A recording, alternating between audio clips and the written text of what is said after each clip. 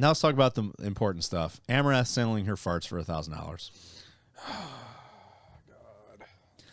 So Twitch streamer Amaranth's new business venture of selling her farts and bathwater for thousands of dollars seems to be paying off as fans are actually buying them. Amaranth has taken the internet by storm in the past couple of years, dominating Twitch, OnlyFans, and other platforms to build up quite the revenue stream. Now she's entered the world of selling jarred farts for the unbelievable price of $999. She seems to be making a profit off of her cutie patooties. Holy shit. Also, we are in full production mode. I don't understand. I picture her sitting in her room with a fucking table of jars, and she's just like suffering as she's trying to push out farts.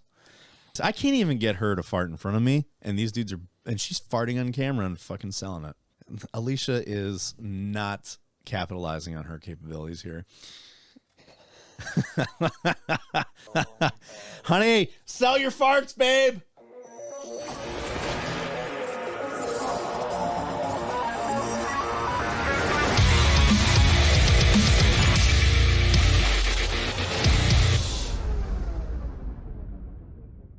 Welcome back, guys, with the Blacklisted Gaming Podcast. This is episode 81.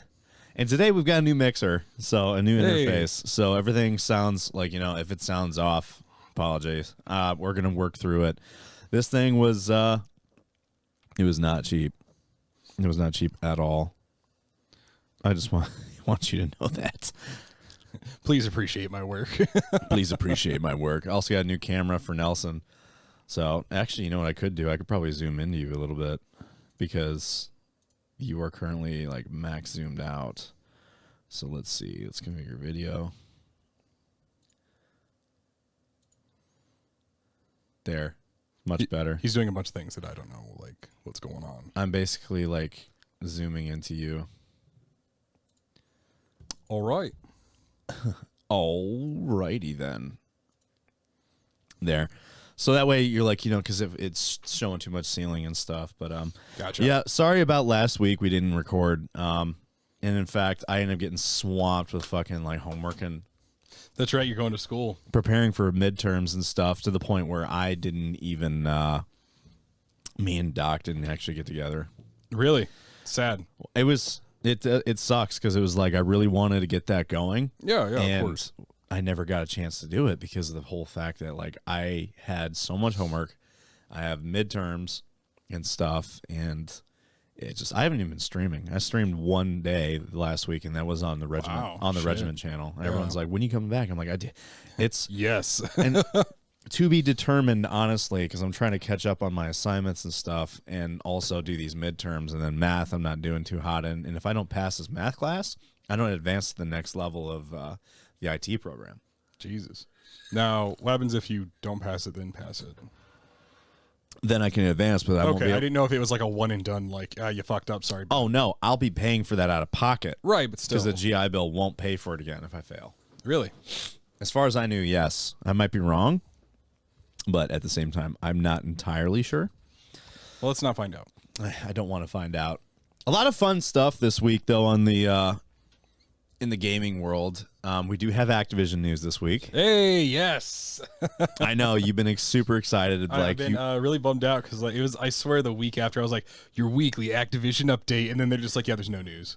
Like, there's no news at all. You're just like, why? Fuck.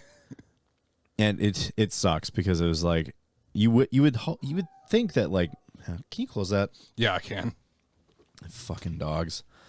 You would think there was like a couple of months where it was constantly some kind of update in the Activision Blizzard, and it just like we went a whole ass fucking month, I want to say, with nothing. Yeah, I know. It was weird because like it was only after I had said something about it. I was like, wow, you know, okay, yeah, we're having a lot of Activision news, no problem. I was like, cool. Weekly Activision update, and like then we had I think one more episode where it was like, hey, you know, Activision got bought out by Microsoft. Okay, cool, and then dead. Quiet. Oh, actually, thank you for bringing that up. That reminds me of another topic. Shareholders are suing. Excellent. Over that. Really? Yes. Well, so did it ever go through? Did it ever go through though? Because I know that there's a bunch of companies outside of Microsoft and Sony who were saying that Microsoft couldn't buy them because of something about a monopoly. So I don't know, like, what was that about? Like did it go through? Did anyone actually oppose it? People were there were some claims saying that like this acquisition that Microsoft is doing, because besides Activision, they acquired bought a bunch of things. They acquired Bethesda. Yeah. And on one of the episodes I misspoke saying that they acquired Bungie, but no, that was fucking Sony. And apparently that had been going on for some time. And I did bring that up, that like people were like, "Oh, of course Sony's trying to like catch up against Microsoft." Like, these deals don't just happen. Yeah, like, no, someone doesn't just call someone up one day and says, "Hey, so I have here's this a couple offer. $1 billion." Yeah, exactly. I have this offer for you. What do you think? There's talks for a long time. People were talking a lot. Yeah, not only yourself, but like also a lot of other news was going on about like people are like, "Oh, Sony's playing catch up with Bungie." I was like, actually, apparently, like this has been like several years in the works, right? That Sony's been trying to deals acquire. Like that. Yeah. Deals like that take years, months at the minimum, maybe more than almost a whole year. Maybe for some like smaller companies, especially, like you could be like, hey, yeah, maybe this is only took a few months, like, but not 2 weeks. Yeah, especially not like this was not a knee jerk reaction from Sony to just be like, shit, you Bungie, let's go, like so. Right. So in the regiment world, I'm checking the announcements right now because I didn't pull up any regiment news. There is some stuff that I do know that cannot be talked about yet. We can't. I cannot talk about it yet. I am actually on the regiment stream team right now. Oh, the stream for the month of March, and potentially getting a full-time slot, which I can't imagine that I wouldn't, because everybody knows me. Okay. And like I'm pretty consistent within the server. Yeah. And I'm actually considering doing like mini podcast episodes on my stream slot, which is Wednesdays at 5 p.m. here, Central Time. Mm-hmm. And it's a 2-hour slot, which is perfect to get an episode in, but it's on a Wednesday. So like obviously at 1700 on a Wednesday, you're not going to be able to be here for that. Yeah, no. So this is going to have to be something that I either do individually or temporarily with Austin while he's here, because he leaves sometime this month for Canada. Gross. He's moving with his girl, and they're in love. Canada's going through a lot right now. Do you know who else is going through a lot right now? Russia. Fucking Ukraine. Ukraine's beating the shit out of Russia. That whole situation is heartbreaking for me. Have you seen all the rumors going around about what's going on over there, though? Like, this isn't political, so I'm not like super worried about it. But like, in regards to what? Like the reasons for it. Oh, Russia wants to reestablish the Soviet Union. Well, yes, of course. There's the real reasons for that, but like, people were talking about why an invasion. Granted, admittedly, Russia thought this would be over in like 3 days. They thought they would steamroll, and they're not. But also, too, there's a lot of people in Russia who are kind of at their own risk, kind of talking about like what's going on. And it's really weird, though, because a lot of them are talking about this is disorganized. They weren't actually being prepared for an invasion. It wasn't. You're talking about like the videos of the soldiers that were told something wrong, different. Not even like just like the ground soldiers, you know what I mean? Like just the infantrymen. Like, I mean, even like their logistics and even like further up the chain, like weren't told like, hey, we're preparing for an invasion. It's one thing politically to say we're doing a training exercise, but it's also very hard on the military itself, because there's a lot of military higher ups who've, quote, anonymously been like leaking this stuff out, and they're like, it's one thing politically to say like, hey, we're not going to invade, but you're preparing for one anyway. Yeah. And then to do legitimate training exercises, because both the higher ups and the ground troops that have been captured were like, yeah, we legitimately were doing like training exercises, and then they told us, yeah, go across the border. They were told that they were going to go into Ukraine and do these exercises. It was going to be like some kind of like exercise within Ukraine, and it ended up not being the case, because they started getting shot at, and some of them were saying, we started getting into a conflict with local military and stuff, and then we were defending ourselves, and then we realized what was actually happening, and we surrendered. Yeah, well, there's also a lot of and now it is a 15-year imprisonment if you in Russia if you call this conflict a war. Yeah, if you talk about what's really going on. Well, it's weird because like even higher up, like the people who get these things organized, their logistics, their supply wasn't developed to actually do a real conflict. No, and that's why you have all these tanks and shit running out of gas. Yeah, it's because the entire thing was not set up as an organized, hey, we're going to do this. Sure, maybe we didn't tell some of the ground troops. It was like, no, they didn't supply them for this kind of shit. They didn't give them enough food, you can enough bring that gas. like down like right here so your face isn't covered. There you go. Gotcha. You know, they didn't give them enough food, enough gas, anything to truthfully do this. And then even now, apparently, Zielinski, the president of Ukraine, who has become a goddamn celebrity over this. Oh, he's meeting with Putin today. I don't know how that's going to go. Well, there's going to be other like national officials that are going to be overseeing the meeting too. So it's not going to be just him and Putin and whatever bodyguards they have. Yeah. And he's like, I don't want to sit at a table 100 feet away from you like you do everybody else. Like I want a face-to-face meeting. He's like, just talk to me. I don't understand why you're doing this. Yeah. Well, the thing is apparently there were several assassination attempts on Zielinski, and Russian officials have been leaking it to the Ukrainian government, saying like, that's what I was about to hey, say. this is happening. Like, do something about this. So it's, the Russians don't want this. No, they don't. Like, and as people were talking about it too, which is a really good quote. Good Lord, It's a good quote. It's a good quote from a Ukrainian man. They were talking about it. It's like there really are so many people who are innocent here because many of the Russian military have no fucking clue what's going on. A lot of, apparently there was a battalion who was being like led into Ukraine. And once they, like you said, once they had figured out what was going on, the person who was in charge of them was like, no, stop. Like, we're not doing this. And so it's like, fuck, what do you do? But it remains the question, why are they still shelling cities? And why are they still rocket barraging everything? Well, because, I mean, how much are they being told? You got to understand, right now, even most Russians are like, yeah, we're being told that we're being attacked, even though the troops, like you said before, who realized that they went against across the Ukrainian border and then we're getting shot at, they're like, oh, fuck. We're invading. They didn't really know. They're like, hey, yeah, we got prepared and briefed to do a training exercise, and then suddenly we're invading another country, being told that we need to capture key points, and we're like, well, what the fuck? I personally like the whole lie of that the Ukrainian government is a bunch of white supremacist Nazis. It's really hard though, and it's like, but the president's Jewish. Yeah, 100%. Well, it's weird though because there was all this stuff coming out about like how there are like human trafficking centers and a whole bunch of this other stuff. I was like, so us as the U.S., I should just invade Mexico then, because there's a bunch of human trafficking centers there. That justifies it, right? There's a bunch of Nazis down in Mexico. I should just invade, right? The logic makes zero sense. Because unfortunately, even if you find the most terrible people there, let's say they find child trafficking centers and neo-Nazis everywhere, did it really justify the fact that you started a war because you wanted to? Right. And people were... And then you want to say that if you have any Western assistance, we're going to nuke you. Yeah, 100%. We're going to nuke people. Yeah. But we can bring in whoever we want to help us. Yeah, of course. Like, we can bring in Syria, Kazakhstan, fucking Chechnya. We can bring in China if China wants to, which is worst case scenario. Actually, China said that they're not going to. I know. That is actually pretty new. There was a... I don't think that's because I don't think they're saying no because they don't want to get involved. I think they're saying no because strategically it's not advantageous for them to do so. Well, I know there's a lot of people who kind of, in my opinion, overestimate the power of China.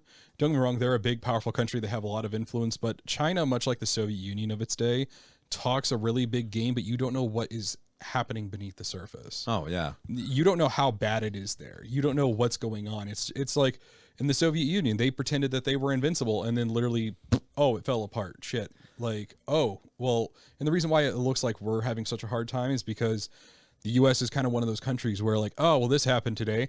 Oh, well, what happened with that? Oh, well, this, and this. Oh, there was a protest that kind of turned into a riot. Oh, okay. They don't tell you that shit in Russia. No, they don't China either. Yeah, they don't tell you about that shit there. Like they're not going to tell you about the discontent or the unhappiness of their citizenry. They're not going to tell you about all that stuff. And I know China has a lot of manpower, but you got to understand, if China gets involved, you know who else is going to get involved? Us, the entirety of the West. I mean, China knows that she may be powerful, but she is not take on the rest of the world powerful. No, not at all. Me personally, like, especially all the other guys I served with, when I was active, we were in Ukraine to stop this the first time this happened. So seeing things unfold the way they are right now, is pretty tough on all of us because our whole mission when we first went over there was to keep this from happening. And then all of a sudden, here we are. Oopsies. And then all of a sudden, here we are now. Like, it's happening. Like, the shit that we thought that we were stopping, it's happening. And then the Ukrainians we worked with were like, fucking, they're probably dead. Like, some of them are probably dead now. And true. And it sucks because it's like, I almost want to say if we were still there, would Russia have done this? I don't think so. Well, because Russia does not want to. In 2014, Russia does not want a direct conflict with us. The whole thing in Ukraine happened in 2014 when Russia invaded Crimea. Yeah, Russia was kind of under civil unrest around that time. There was like corruption within the government. There was like there still is, but like I don't think Zielinski's involved.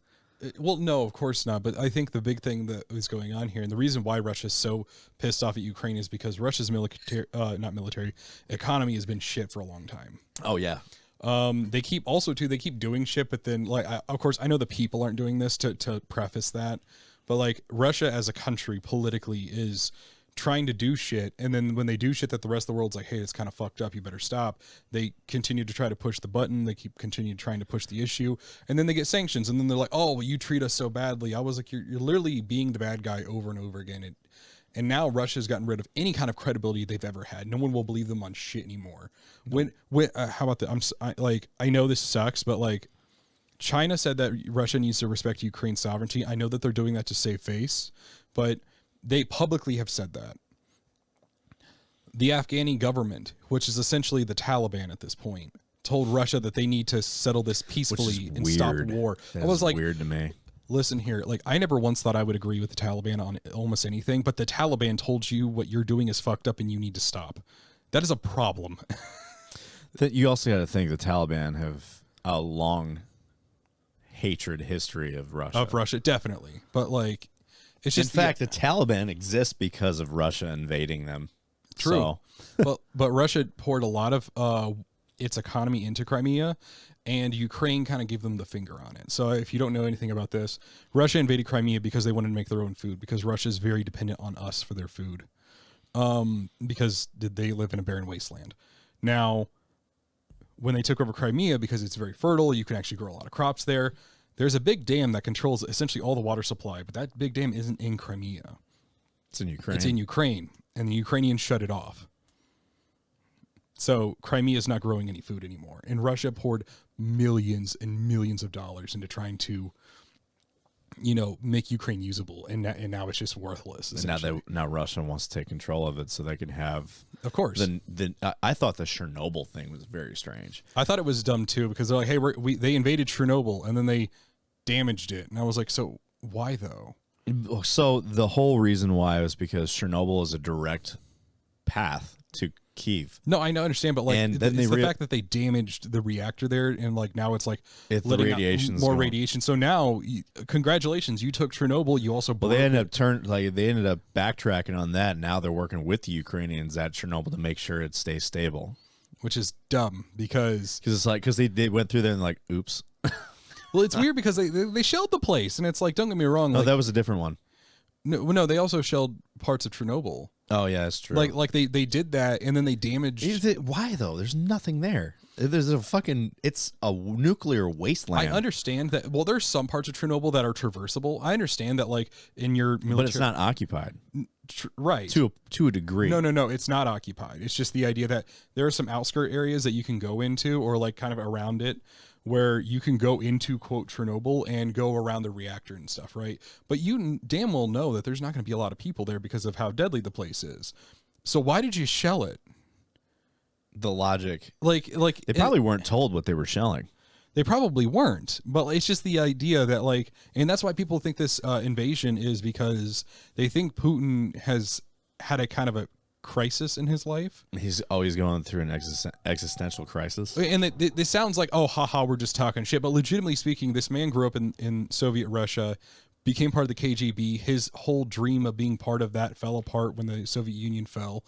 The man spent the last couple of years, according to his like close officials, like literally locked up by himself for the last 2 years because he's deathly afraid of dying from COVID.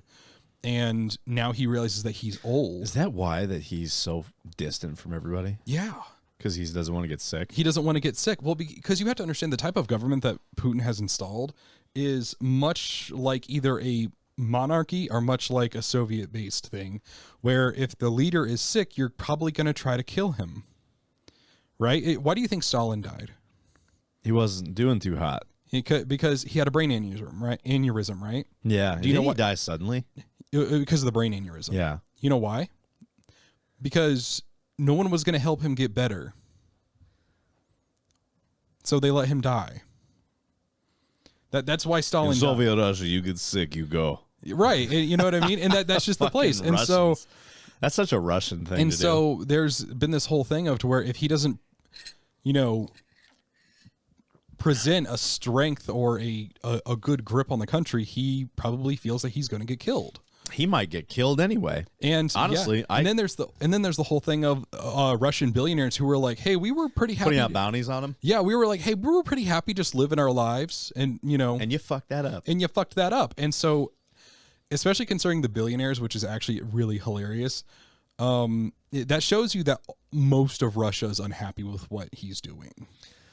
Yeah, because and everybody else that tries to say they agree with it are doing it just to save face because they're afraid. Yeah, because they're afraid of something happening to them, and it's funny because like, what is this, North Korea, dude? Like, fucking, what are you doing? Yeah, I know, but like, and then there's also the other things as well of like people are thinking that Putin is terminally ill, and they think that he's doing this as a last attempt to reestablish his dream. Well, shit. Honestly, a dying Putin is a dangerous one because what's stopping him from fucking just nuking everybody? Well, because then his precious Soviet Russia wouldn't ever do anything. It's like guaranteed. The way he's doing things, it's a lot. It seems a lot like if I can't have it, I don't know how much longer Putin's really going to be alive. To be 100% honest, whether he's terminally ill or whether the bounty hunters are going to get to him. I mean, how long is it going to take before they realize, before even especially high level officials realize, hey, the whole world is against us? You know, it's weird because it's like here are your options, Flatty. Live your best. If you are dying, live your best life. Destroy the world. Like, what? Why didn't you pick the fucking first option? What was so wrong with like? You know what? If I'm dying, and I don't have a lot of time left. He's a sick man who grew up in a sick time in the world. You know what I mean? Like, he grew up in Soviet Russia. There's nothing good about Soviet Russia. No, like, not even a little bit. Like, and that's the thing about it. And, when people talk about stuff like that, it's not about, policy or government. It's about a tyrannical form of government. And that's what he's fucking used to. Right. And he's getting more increasingly desperate because for a long time he put on this facade of being a very strong leader. The fucking martial arts, the shirtless horse pick, right? Where he was like up there on a horse. And everyone edited it to be a bear. And people made fun of him for it. And so he tried to exude this strong personality. And then you have someone like Zielinski who became a goddamn political celebrity in less than a week because he has a fucking pair of balls on him and was like, yeah, no, I'm not giving in. And he's this. a comedian. And that's funny too. But like, the guy is a comic. Yeah. And he ended up turned politician. Just become, no, they gave it to him. They're like, you're the president now. He's like, huh? and he's just out there living his best life. Well, he was trying to live his best life, and then Russia had to come through and fuck it all up. I mean, the man's getting standing ovations by fucking the UN. Hey, good on him. It's and it's just hilarious. I really hope this guy can hold his ground and make it through it. Well, right now the Ukrainians really are beating the shit out of Russia. Oh, I know. People are like, oh, is Russia going to win this? I was like, honestly, you also got to think though, like Russia's on a time schedule that's very tight right now. No, they're way tighter. I mean, it's not like, in a way, it's like when we went to Iraq, it was a hard fought fight against the Iraqis for like about 2 months. And then eventually, like, the war of attrition, essentially, like we it also outlasted them. It depends though too, because whenever we were like invading another country like that, it wasn't like we were trying to kill absolutely everybody and take over the country, traditionally speaking. You know what I mean? Yeah. We were going for military targets. We were doing these things for political reasons. We were trying to be like the good guys in a conflict. Whereas before, it's like, imagine how did we fight off Nazi Germany? We went town to town against people who were directly trying to fight you. And this is a straight up conflict. The Russians aren't there to be like, oh, well, we're trying to, tiptoe and do the, the right thing here. And we're trying to, take out, key figures or whatever. No. Russia's just trying to take over Ukraine, and they're failing. Yeah. I mean, you also have to factor in the will to take it. Oh, definitely. And the Russians don't seem to have it. They don't have the will to actually. Well, because take until a couple Ukraine. weeks ago, they most Russian and Ukrainian people didn't have any animosity towards each other. They were just there. You know what I mean? Because Russians have family in Ukraine too. Yeah, exactly. And so, how honestly, how did you expect them to react? You know what I mean? Honestly, because pretty much like that. Because much like how we talked about that when people talk about like things like nuclear war, I don't think it's going to happen. No, I don't think. If anything, I'll be very surprised if it does. The Russian people didn't have the stomach, and I don't say that like the stomach, like, oh, they're pussies. I mean, like, remember the sub, the man who saved the world? Yeah.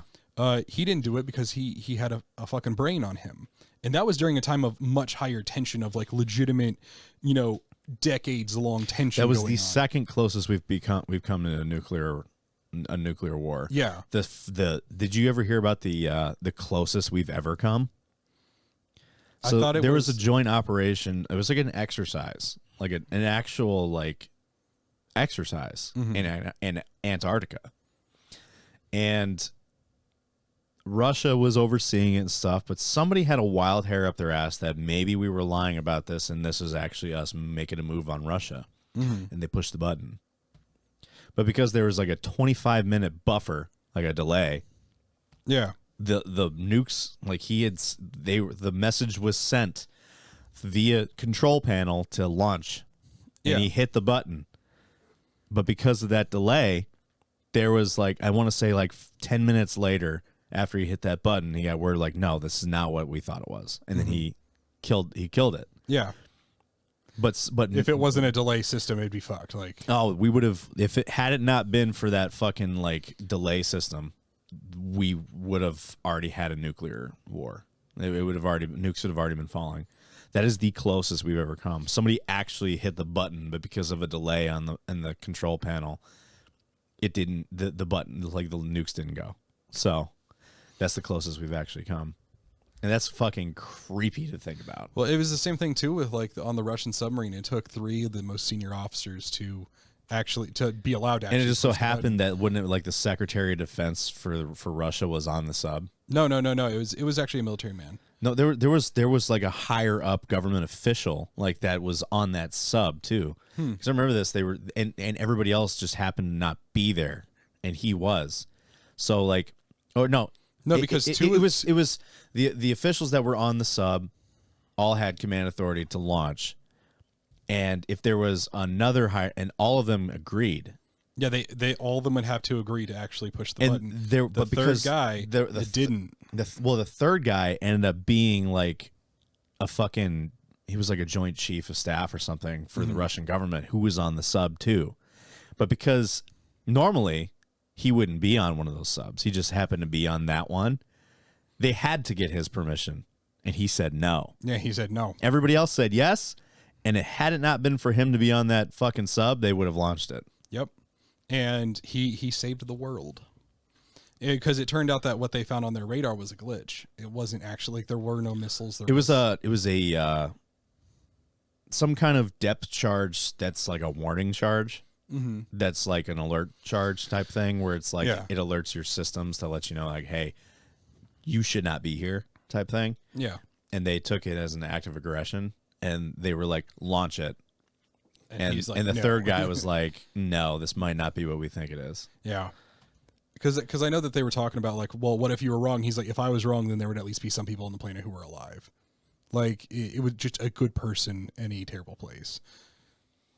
Hats off. But yeah, no, I don't think that they'll do it because if you're talking about your general to ground troops who don't have the will to go fight in a conventional war against a foreign nation, and your higher ups in your government who are warning the president over there that assassination attempts are coming, and you have your citizenry who are already putting bounties on your head, are you really going to be able to convince someone to push the button? No, I really don't think so. I don't think, honestly, I can't. I think the same thing you do. I think like if he said push the button, I don't think they would.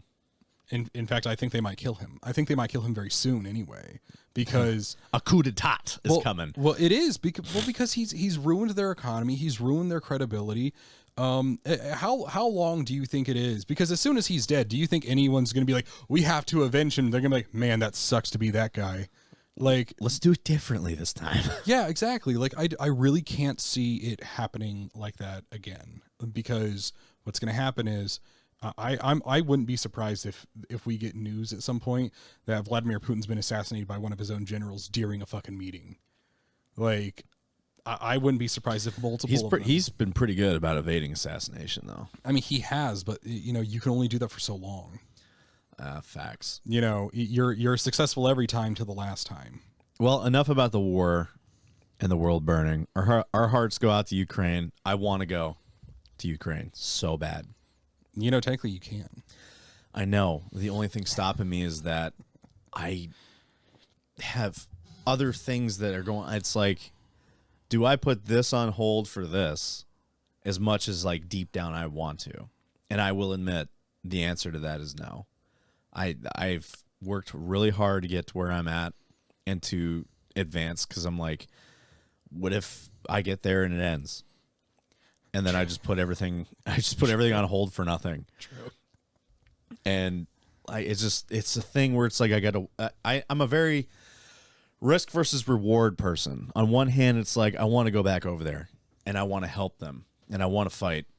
On the other hand, I have other obligations here that I can't give up because of that. Is it selfish? 100% selfish. Yeah. And I will admit that is a selfish thing to do. Now, does that mean if it gets worse, like the war is spreading across Europe and now it's potentially going to hit here, then I might do something different. I might actually fucking go. Right now I'm in the state of I'm not doing anything until it gets here. No, I definitely understand that. I mean, there's nothing wrong with that, because it's as soon as bombs start falling in Chicago, it's like, all right, everything else is. You're going to wait for them to hit Chicago, or the bombs start falling in the States. It's like that. At that moment, I might actually drop everything and just fucking go. I was talking about it. I was like, I still don't know what they would do with us. Like, well, Chicago is number 14 on the nuke target list, and Milwaukee's number 15. Oh, Milwaukee's right behind Chicago. They're right there. I mean, I guess. I actually did the math. The Tsar bomb, the largest nuclear weapon that Russia has, if that were to land in Chicago, we would die here. Or potentially get fucked up. It's like 22 miles is the for sure kill. 100 miles, 111 miles is where like wooden and brick structures will collapse. It kind of depends, because it depends on so much of what's going on there. I know this place is relatively flat. Yeah, I mean, there's a lot of things that also factor into it. But I mean, we would definitely feel the effects here. Oh, definitely. I mean, and I agree. And it's like, then the next target's Milwaukee. So it's like, as soon as that shit happens, it's like, I've already got it planned out on where I'm going to do. Like I told my mom, I said, I'm not taking you and I'm not taking Mama, but I'm going up to UP, Michigan. Because Alicia has a cousin up there that has his own farm.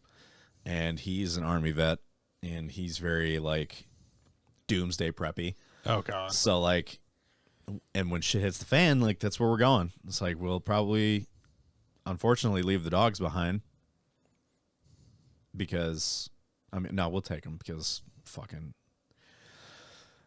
the empathetic person in me can't stomach doing that. But, like, if anything, like, I'd be taking my sister, Alicia, the dogs, whatever we can pack, and we're going. And we're going to go say bye to Mom. We're going to say bye to Mama. And say that, like, if you end up making it, I'll come back. But in the meantime, and she's like, wow. At first she was like, wow. I'm like, well, think about it. if I was in your state where I had just had back surgery, I'm not mobile, I'm old, and my kids have a chance to get out, am I really going to let them, like give them shit by risking themselves to try to get me out too? No. I'm going to tell them to go, and I'm going to hold it down as long as I can. I'm not going to, because like where we would be going is up in the Great White North. True. The climate isn't exactly, the best. Forgiving. It's not forgiving, and traversing where we need to go, we'll probably end up having to foot some of it. True. They can't do it. True. And it's like, at that point, you are a liability, and I cannot take you. No, I definitely understand. I get you. So, and she's like, yeah, you're right. And I'm like, I'm not going to be like, good luck, and then leave. That would be fucked up. No, I would say, I'd say my goodbyes, tell them I love them. Mamaw, she's fucking 83. She's lived a long life. Yeah, well, also, too, if you're 83 years old and you go into a survival situation, how much longer do you really have? Not long. Maybe weeks at that point. I'm just saying, All right, let's get into the topics, guys. Regiment news stuff. Let me look here. There really isn't a whole bunch of regiment news that I can discuss, unfortunately, but there will be some stuff coming down the pipe. The Veterans Gaming League is still kind of underway. They got some LAN tournaments coming up, $20,000 Halo LAN tournaments and the such. There will be eventually some new announcements coming from Regiment. Oh, one announcement. I am the Wisconsin coordinator for Regiment for Irreverent Warriors hikes. Oh, not directly with Irreverent Warriors. I'm the regiment representative. So I'm, I got to talk to Dan. You remember Dan, right? Yes. I got to talk to Dan about getting a booth set up and stuff for a regiment side. Kind of like how Rain Energy did. Yeah. There's a potential that I'm going to be getting some merch that I can, not dish out, but sell. Yeah, still. And, but yeah, I'm going to try to coordinate like a meetup before the hike. Yeah. And like see what regiment members are in Wisconsin. I want to do axe throwing, potentially. Just any other thing that I could think of. Well, we're also gonna have a lot of people going to there anyway. What, for Milwaukee? Mm-hmm. Oh, well, yeah. Well, I mean, even just like us, because I know. Oh, you got guys from the base? Yeah, there's gonna be a bunch of us going. Really? How many have you got so far? Probably. So far, about 30, 35 people have expressed. Really? Have expressed from just the base? Interest in going, yeah. Well, so I know like Eldridge. Well, obviously they're going to go to the Chicago one too. Yeah, at least I'm assuming so anyway. But I know Eldridge used to be like involved with like the JEA and did this as well. But like I put it out to everybody. I said, hey, listen, if you guys want this, I can start giving you guys more news on it.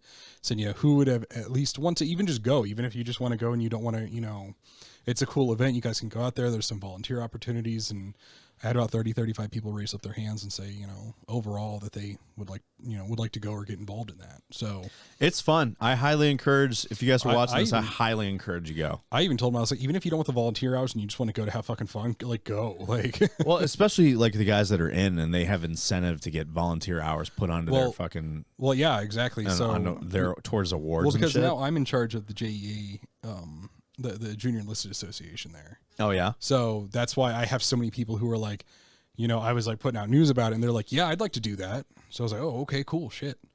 So I'm assuming that Chicago's going to have a pretty good turnout with us. And so is, I fucking love that. And so is, I think, Wisconsin, Milwaukee. Well, because if you're willing to drive down to Chicago. Milwaukee's not far. It's about an hour from Chicago. Well, if you're willing to deal with Chicago traffic to get down there Milwaukee's to actually do that, but Milwaukee's, it's essentially almost the same drive, just in the opposite direction. Yeah. Because the traffic in Milwaukee is so much better than it is in Chicago. Oh, by far. Fuck, dude. By far. Was that your first time in Milwaukee? Yeah. I liked it much more than Chicago. Well, because Chicago is a flaming shithole, and I really like how there was a protest, like an anti-war protest, and they were really cool with us. Well, so people who have and they kind of just fucked off. They didn't harass us like they do in Chicago. Well, it's also really shitty too that the anti-war protesters, who we actually thought were going to be like really dicked to us, they were really cool. Whereas the general citizens in Chicago were complete assholes. Sure, we had good people there as well who were, stop the war. Like, what do you think we can do about that? Yeah, like that is way above what we were, bud. So to this week's topics. By the way, the episode that we recorded, I put it out yesterday. I noticed. Sorry. I actually listened to it a little bit, which is why when we were fucking around with the headset there, you're like, this is what you sound like. It's kind of what I sound like if I watch the episodes. Well, when I compress it, it sounds worse, but hopefully this will alleviate that.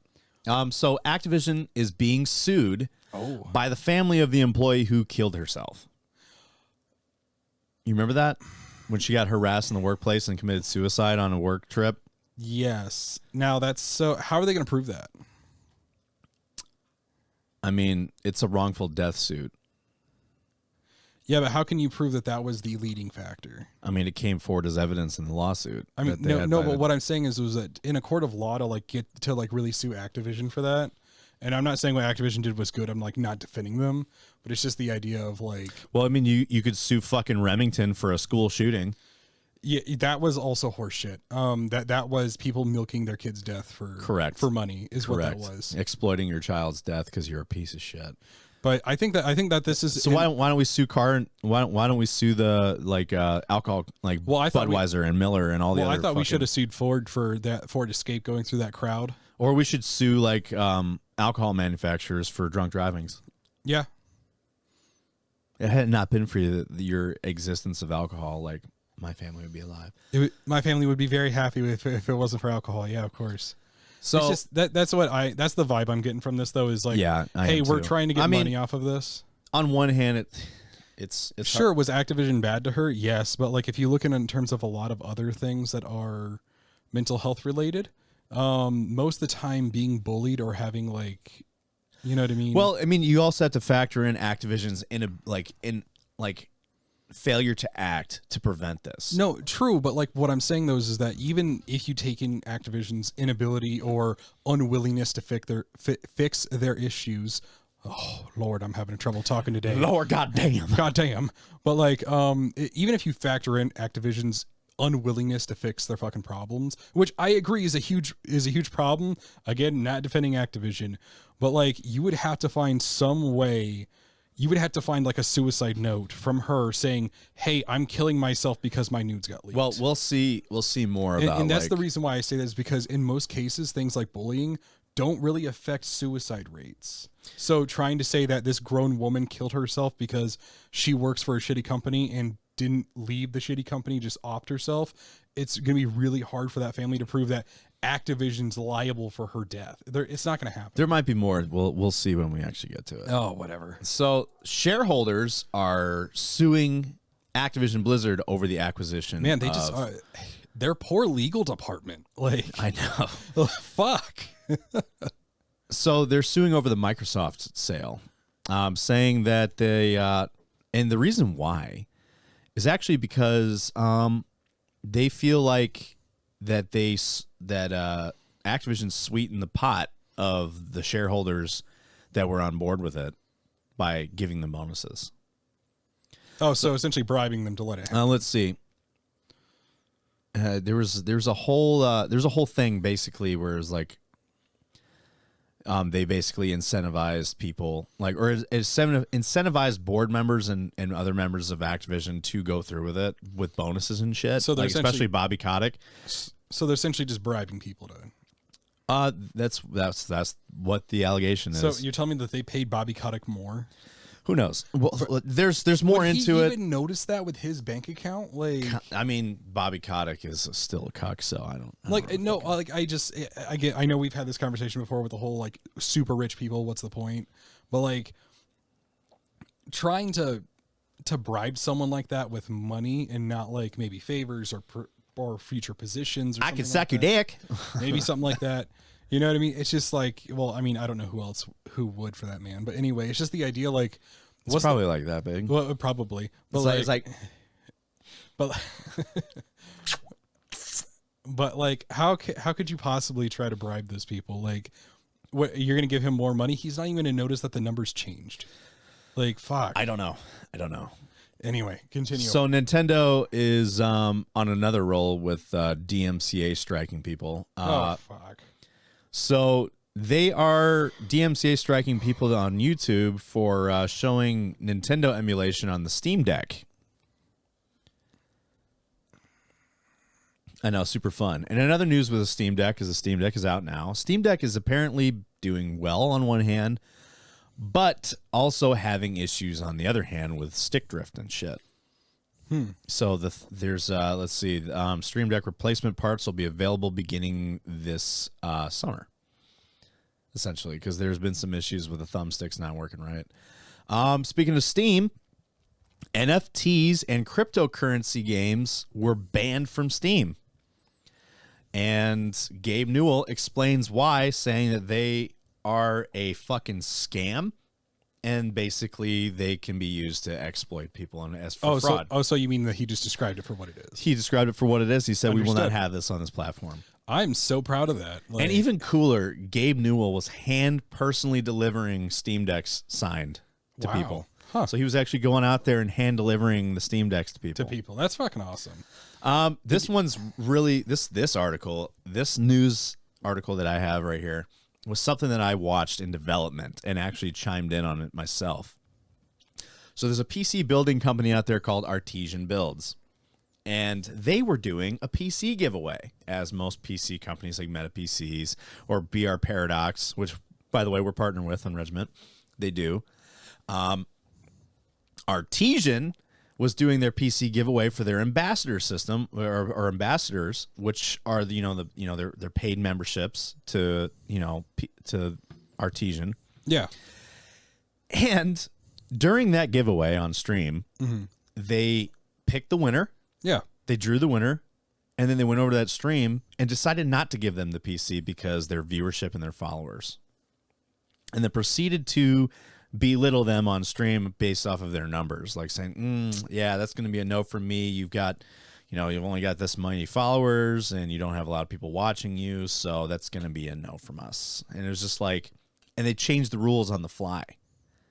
And even their mods were like, hey, this isn't like what the giveaway rules were. Yeah. Is there a change that I don't know about? And their response to this whole thing, because they faced heavy backlash from the mass amounts of people. All their partner, you have Twitch partners and like big streamers like Keemster and shit. You know who Keemster is, don't you? No, not offhand. Well, he's not a Twitch partner, but he's like a huge YouTuber. But there's like big time content creators that were partnered with them that have dropped their partnership with them. Yeah. And their apology afterwards was so fucking out of touch that they didn't even apologize for it. Well, and then the CEO actually put out a video apologizing for it, but it was so disingenuous. Well, it's kind of like one of those things. If you do something blatantly wrong because you legitimately, because how about this? We know that they did that because they legitimately feel like the people who have few followers or few viewers, they're feeling like they don't deserve it. Right. Are you really going to apologize for something you believe? No. And it was shitty. It was so shitty. It's like, how about this? It's if I do something like rude to someone because they violate my beliefs or because of whatever. I mean, how about this? Could you imagine if you had someone who was beating their dog and I beat their ass and the court said I need to apologize to them for that? Am I really going to apologize to them? No, I'm not. I'm not going to apologize for beating your ass for you abusing an animal, right? So it's not going to happen. Oh, even Nick Merckx responded to that whole thing too, by the way. Oh shit. So. And then the person that they ended up belittling just exploded, like in their followers. Like they have like 7,000 followers on Twitch now, and they're getting Meta PCs is giving her a new PC and stuff. And then we're gonna watch the video of his apology, and then the state of California has stopped their ability to conduct business because it's come out since this whole controversy that they have been evading taxes. Damn. Okay. So I'm like, how to destroy your brand 101. And then last thing we're going to talk about is that Call of Duty is apparently going to start skipping years in their release cycles. I mean, they kind of need to, but I'm also still... I'm coming back because it came to me because I watched our episode last time about how Nintendo is very safe, but they're also the master of a finite resource. Call of Duty needs to die. It does need to die. Like, don't get me wrong. Don't get me wrong. I'm glad that they're at least looking to improve the right, franchise. But unfortunately, you just need to do something else, my guy. Like, stop. Stop. Easier said than done, man. Well, no, it's not easier said than done. Could you imagine? It's Activision. It's easier said than done. No. And the reason why I say that, I get what you mean by Activision. But, like, if you just scrap Call of Duty, stop pouring millions and millions of dollars into making a really shitty game, right? If you did that and took all that money to make a brand new IP, it can still be first-person shooter based. It can still be something else. They need to diversify what they put out. Well, I mean, you don't even need to diversify. Fuck, dude, I'm having a really hard time today. And it's usually me that gets shit for this. No, now it's you. No, I'm having trouble speaking. You still have trouble reading. It's different. But what I'm saying here is, you don't need to diversify what you're actually doing with your products. It's like From Software. They came out with Elden Ring. Elden Ring kicks a lot of ass. And that was actually a topic I was going to put on. Elden Ring's day one patch has a lot of issues. Really? What did it have? So the day one patch for Elden Ring actually destabilized the game and caused a lot of performance issues to the point where... How about this? I'm going to ask... Specifically what? Well, either specifically what or for what, because what we were told initially upon launch was that there was a lot of people, because I got it on day one, because of course I fucking did, but a lot of people were having issues on things like PC, and Xbox had a lower frame rate and wasn't... Well, they were also saying that on PS5, don't put your PS5 in rest mode when you're playing it, because it corrupts the autosave. Oh, I've never seen any of that kind of stuff. Well, they were saying that's what they were recommending. You don't put your PS5 in rest mode with the app open, with the game open, because it'll corrupt the autosave. That's so weird. And the only reason why I say that isn't because like I don't believe people, but just like I've been playing the dog shit out of this game. You probably haven't had. You might not have issues, and I've not had a single problem with it so far. It's been fine. I don't have any visual hiccups. I don't have any problems like that. I mean, I wanted to get Elden Ring, but it's a Souls game, and I don't like Souls games. Really? And this is just my preference. I'm not saying that Elden Ring sucks. No. Elden Ring looks incredible. I would tell you Elden Ring is definitely worth a try.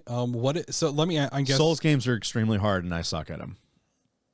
And I just don't have fun spending hours on. Get good. I got it. I'm sorry. You maidenless fuck. I understand. I had to. But like, I understand. Like, I admittedly know that I am not good at Soulsborne games, and I don't have fun playing them because they are so fucking hard. And I know that they're hard by design, and they're for like a specific people. So let me ask, and the reason why I say this is because I suggest that you get it, not because I'm like, oh, get Elden Ring, because shut the fuck up and buy it anyway. I mean, like, Elden Ring is a lot more multiplayer friendly than previous Souls titles.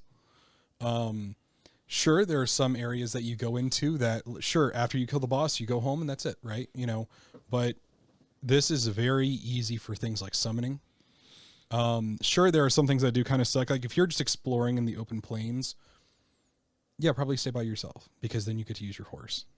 But like if you're going into like a castle or an area where you know that there's gonna be a lot of exploring, kind of going into like areas going up and down, and you know, just exploring a big castle area, a dungeon, something like that, call a buddy, come play Elden Ring. You know what I mean? Because like you can actually get help from friends, and it's much easier than it was previously. There's the areas that you actually get help in, like how about this? The areas where you can't have help in are much fewer and far between, and so now, when you're going through like a castle... Well, Elden Ring is bigger than all the other Souls games. Definitely. But like what I'm saying though is it's not like before where like you would help out for 10, 15 minutes with somebody going through a castle, and then, oh, you hit a boss, shit, you got to do this next part all on your own, bud. You know what I mean? Like, no, it's now you can spend a long time helping out with, you know, friends or doing stuff like that. And, you know, sure, there are some areas like there are some doors that are like very specific that you can't take friends with you, but technically speaking, the reason why is because they're different areas, at least what I've noticed. And so like for like a lot of some of the dungeons I've noticed do this, where they'll put up a wall where you can't get in with somebody, but if you go in and trigger the grace in there, then you can actually play. I don't know, man. Just the fact that it's a Souls game, that's the only reason why I haven't gotten it. Like, I appreciate them for what they are. I really do. And I'm not saying that they're bad because, you know, they're not my cup of tea. Yeah. I appreciate them for what they are. I just have a really hard time enjoying them because they are very they take the wind out of your sails is what I'll say. I don't think you I think that you would have to take the game slower. You know what I mean? Yeah, I'm sure I would. Because there are areas that definitely are meant for people of higher levels, lower levels, you know, things like that. And I'm okay with trying to bang my head against a wall. I'm okay with, like, I'm going to kill this boss because I said he's going to die.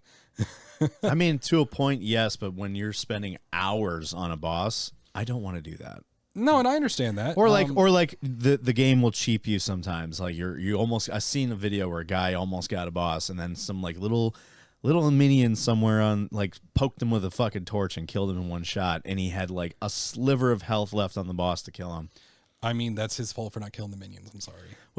That's the whole fucking point. I'm getting at like, is that saying, like that just sucks. To you me. got to be smart about this stuff. You know what I mean? You got to know. Like, I'm just saying. Well, anyway, let's dive into this. But what I was saying before was, like, you don't have to change what you do, but you do have to change some things. It's like From Software, right? As we were talking about with Elden Ring.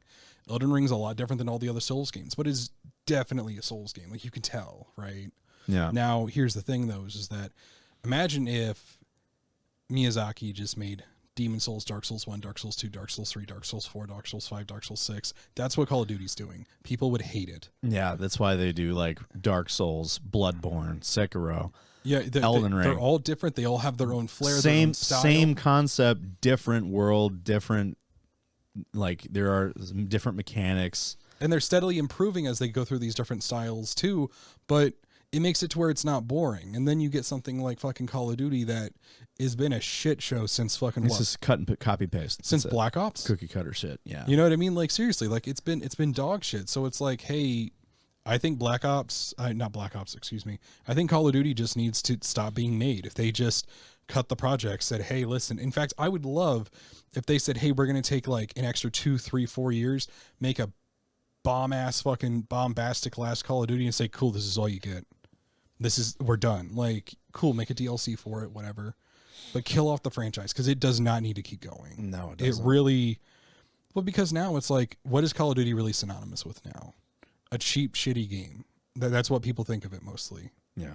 It's a game that no one likes to play anymore. No. Except streamers. Before we dive into this, I have to shit. God damn it. Well, I mean, fuck, dude. We'll be right back. I have to poop. Okay, we're back. The poop came out great. So anyway, let's talk about Activision being sued by the family of this employee. So Activision Blizzard is being sued by the employee who died by suicide. Family of the employee who died by and sued by the employee who killed themselves. Sued by the family of the employee who died by suicide. So they're being sued in a wrongful death suit by the family. And the family of 32-year-old Activision Blizzard finance manager Carrie Moynihan, who was found dead during a company retreat in 2017, are claiming sexual harassment was a significant factor in her suicide. Moynihan's death was one of many disturbing incidents referenced in this year's State of California lawsuit, which called Activision Blizzard a breeding ground of harassment and discrimination against women, and spoke of a frat boy culture at the company where women were subjected to numerous sexual comments and advances, groping and unwanting physical touching, and other forms of harassment. Then this goes in, let's see. The California lawsuit also specifically alleged that male coworkers had passed around a picture of Moynihan's vagina during the business retreat prior to her suicide, although she was not directly named in the filing, and referenced a male supervisor who was claimed to have brought sex toys with him on the trip. Probably for himself. I'm going to fuck myself. Could you imagine if he was, and then like he just got brought into this lawsuit for no fucking He got dragged reason? in, and he just likes to dilly himself in the ass.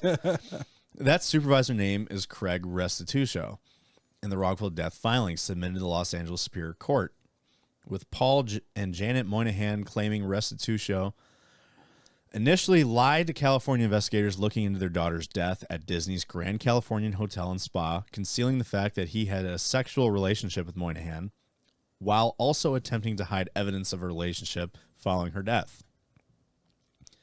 The lawsuit also alleges Activision Blizzard refused to hand Moynihan's company-issued laptop over to police during the inquiry, claimed that her mobile phone had been wiped, and refused to give investigators access to Restitucio's laptop and mobile phone. In a statement provided in the Wall Street Journal in response to this latest report, Activision Blizzard declined to directly address allegations made in the lawsuit, only saying they were deeply saddened by the tragic death of Miss Moynihan, who was a valued member of the company. What a PR response to that. Oh, of course. And it would address the complaint through legal process as appropriate, and out of respect of the family, had no further comment at this time. Activision Blizzard did, of course, take considerably more combative tone in a statement released following the publication of last year's State of California lawsuit, claiming the filing contained distorted and in many cases false descriptions of Blizzard's past, insisting it is this type of irresponsible... Yeah, I remember this. Condemnation of that statement's tone was swift, and Activision Blizzard's attempts to right its public image have only worsened since then. CEO Bobby Kotick was subsequently the subject of the damning report claiming he was aware of the misconduct for years. And we've talked about that till our faces were blue. Yes.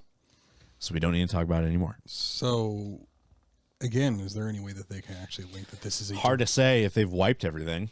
Well, true, but like, I mean, I'm just saying, like, unless in a court of law, you can actually like show that this was directly, you know what I mean? Yeah, it's gonna be hard to prove, and I honestly, I hope the family wins. I mean, in this case, I hope that they do, because normally I don't like the idea of trying to profit off someone's death. Yeah, because I mean, like we talked like with the case against Remington, like that's absolute bullshit. Right? Like, no. But with this, like, while I understand that, like, I do blame Activision as itself more, because this wasn't someone who was like, aha, we have a scheme. This is like something that someone was getting pushed over time. True. To be sent to that. But it also, but you also too need to kind of look into as well, in Activision's defense, if someone has like major depression or like, you know, a major depressive disorder, like, can you really blame the fact that you had a couple dickheads employees that were slightly rude to her and, oh, they're the reason that she killed herself? We don't know. And I don't have answers to any of these questions. On the other hand, it's like, if they really gave a shit, they would have turned all that stuff over to the authorities versus like trying to hide it. And I agree with that. The laptop, so when it comes to the laptop, it's sketchy that they didn't hand it over, but her mobile phone, do they even have the right to hold that? Because if it's a company laptop, sure, it looks really dickish that you didn't hand it over to authorities, but like, technically that's your property. That's fine. But phone, like, her phone, like, I'm sorry, you don't have any. And then when they did hand it over, it was cleaned out. There's nothing in it. There's no text, nothing. It was wiped. Now, how so? Does she not lock her phone? I don't know. Whatever they found, they said they claimed it was wiped because there was nothing on there. I don't know what they mean by wiped, as if there was nothing in there like to tie no it, evidence, or did they actually clean out her phone? Like, that's what it wasn't specified. Now, if it was a complete wipe and there was nothing, is like super suspicious. That's really suspicious. But if it was like there's nothing here, that like we didn't have anything. any evidence, like it's like that's a little different because, you know. Well, in other lawsuit news for Activision Blizzard, again, like I said, their poor fucking legal team. This is so like they are probably like, guys, what the fuck is happening? They're just fucking. You ever seen the meme of the guy's like sitting there with a cigarette in his hand? He's just like, yes, that's their legal team.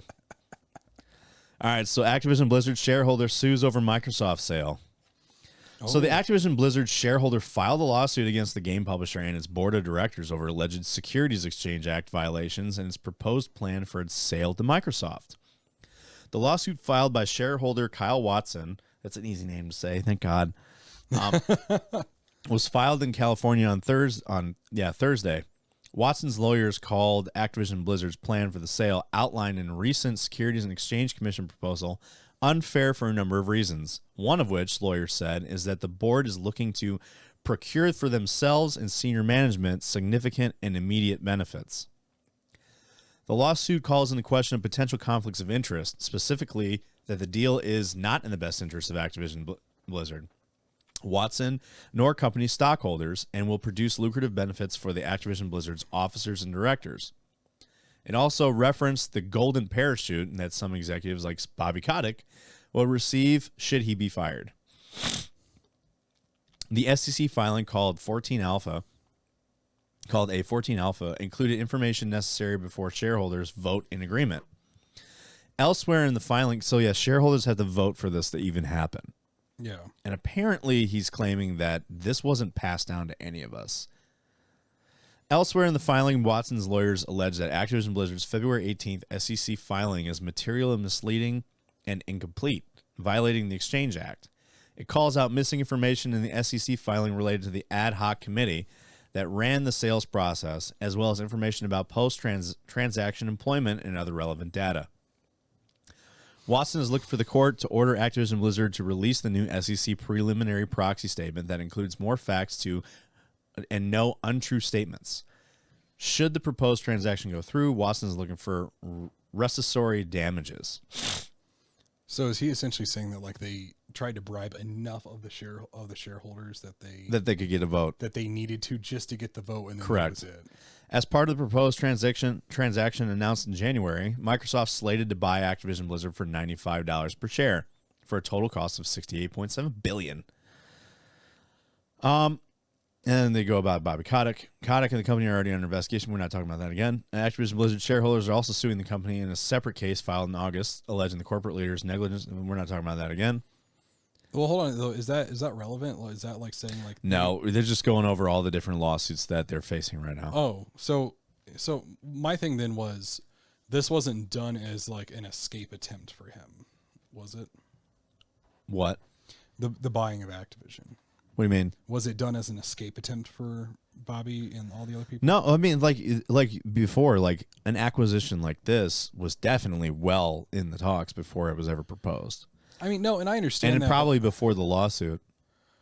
But like, I mean, you had to know that the lawsuits were coming, though. Like the reason why is because these problems, unlike the whole Sony thing of like, oh, Sony's trying to catch up. I mean, this has been a long time issue with Activision. Like, what? Oh, I thought this was the amount of securities lawsuits that Activision was facing. 124 lawsuits from 2018 to 2020. Half of them in 2021. But I don't know if that's Activision. Let's see, who's this? Who is this person? The plaintiff, Shiva Stein, is bringing similar complaints to the court, specifically that Activision Blizzard's proxy disclosure. Oh, this is just the... Anyway. I don't know. Like, it's... From what it seems like that Activision bribed the... or they incentivized the shareholders for the vote and the board members, basically. Like I feel like what they're kind of getting at here, at least what it sounds like, is that that information of like the benefits and other stuff was being passed to people that they thought that they could sway. Right. And to enough people that they thought that they could sway to get the vote to be approved. The vote, and then that was it. And then they kept everybody else out of the loop. I mean, that's kind of what it sounded like, but I mean, who really knows? I'm sure that lawsuit will develop as we go. There will be more Activision news for you, buddy. Yes. Your weekly. We know how you love the weekly Activision updates. Of course. I personally am ready. I'm also starting to wait for. I'm also waiting for our weekly Ubisoft updates to become a thing too, because Ubisoft is also going through a lot of shit. So we're going to talk about Nintendo's copyright shit, because you know they love DMCA striking absolutely everybody on the planet for everything. Look, Elden Ring. Yeah. Yep. Elden Ring. So YouTube confirms copyright claims on Gilva Sunner's channel were from Nintendo. Over the past few weeks, the popular video game music channel, YouTube channel, Gilva Sunner, was hit with thousands of copyright blocks from Nintendo. That is insane. Resulted in the creator of the channel shutting it down. So the fucking channel was nuked, basically. Yeah. While there's not much else to say about the outcome, there were some theories on social media that the copyright claims weren't the real deal and didn't actually come from Nintendo. One tweet in particular suggested the claims were most likely not from Nintendo and generated over 23,000 likes. A verified YouTube account has now responded via Twitter confirming it was in fact Nintendo who filed these copyright claims, and it's further noted how these claims were all valid in full compliance with copyright rules. Now, so that's basically saying that this is actually from Nintendo. But this is what we really wanted to know. So Valve just released the Steam Deck, a new handheld gaming PC. It's capable of running all sorts of games, new and old, and can even run emulators, allowing to host a huge library of retro systems and games. Nintendo emulation has been covered in the lead up to the device's release, and now the Steam Deck is as in the hands of consumers. All sorts of emulation videos are popping up on YouTube. It seems, though, that certain videos focused on Yuzu Switch and Dolphin GameCube and Wii emulation have become targets of takedowns. While it's not entirely clear at this point in time who exactly is targeting these videos, the obvious guess here is Nintendo, and many within Steam Deck community believe this as well. One video in particular has been removed, was uploaded by YouTube channel The Fox. The creator of this channel has over 55,000 subscribers and uploaded an instructional video on how to get Yuzu, the open source Nintendo Switch emulator, running on the Steam Deck. And his other video about Dolphin emulation on Steam Deck was also supposedly targeted. The Switch video showcased a wide range of games running on the system, such as Super Mario Odyssey, Super Mario 3D World, and even ARMS. The same creator has also shared a screenshot of Metroid Prime running on the device too. So if this does have anything to do with Nintendo, it wouldn't exactly be a surprise after its recent takedown of popular video game music channel featuring thousands of Nintendo tracks. This was later confirmed. So they love, like, they don't even want you to see things like, oh, you could play Nintendo games on your Steam Deck. Yeah. And Nintendo's like, no, you will not look at this. It's so weird. It's odd because these are games that Nintendo is no longer turning a profit. Right, on. And that also is just like, what the fuck is Nintendo doing, and why are they doing it like this? So I know that someone said that, like, the Japanese have a different view of things like copyright. I think it was you that said that to me. I was told that by someone. And I was like, even still, I mean, how many more people now are going to know about Nintendo as a company, especially younger people, because people put videos like that on YouTube? Probably, yeah. Thousands. Lots you know and what lots. I mean? Yeah. And how many people are going to be like, oh, well, cool. Well, we really like Nintendo and their products, and you're just going to target them? I don't understand the business behind that. You know what I mean? I could understand, like, some brand new games, like, putting it out there, like, or like things like leaks or, anything like that. Cool. I get that. But, like, you're telling me that games that you will never turn a profit on again because they are more than 15 years old, 20 years old, and you're going to copyright strike someone for saying, hey, I really love this game. Here's how we can keep it alive. Like, I don't understand, just the bullshit behind it. I don't either. I don't either. So, speaking of Steam Deck, let's actually talk about some of the software problems that it's been having. But I will say this, I will inform the viewers that there was already a fix being rolled out for these issues. So, but they fixed it relatively quick versus like when the news dropped about it. So Steam Deck stick drift is a software problem, and a fix is already rolled out. Recently, Steam Deck users started reporting a worrying problem with their brand new units, stick drift. It's an issue that has plagued the Nintendo Switch and, to a lesser extent, Xbox and PlayStation controllers. It manifests as a slight drift in the analog sticks while gaming, for those that don't know what stick drift is. Right. That can be a huge problem in most games, but especially when precision is necessary, like, for example, in Elden Ring. Hey, look at that. While a handful of problem cases is hardly evidence of a widespread problem, several posts on Reddit confirm that the drift is happening, specifically on the right stick. But thankfully, Valve has confirmed that though it is a widespread problem, it's an easily fixable one. Even better, a firmware update has already rolled out to fix it. That's also insane, too, because I've never heard of stick drift being something that you can quickly fix. I mean, I always thought it was a mechanical issue, not a software issue. Well, because I think, and the reason why it's very different is because for things like PlayStation, Nintendo, Xbox, usually when stick drift happens, it is a mechanical problem. It is, it's something where something gets worn out, or a sensor becomes flattened or no longer springy to where it's giving constant inputs. And normally it is a mechanical issue, but I don't know how a software issue affects that. And don't get me wrong, awesome that it's weird because I've never heard of that before. I've always thought it was a hardware issue, and not a software issue. And don't get me wrong, awesome for them already being on it, like, nice. But it's just the idea, like, that's odd. Like, I've never heard of that being like you said, a software problem. So, but there's also a few other issues when I don't know how major they are. One of which being the battery. So for those looking to obtain widely coveted gaming hardware like Sony's PS5, blah blah blah.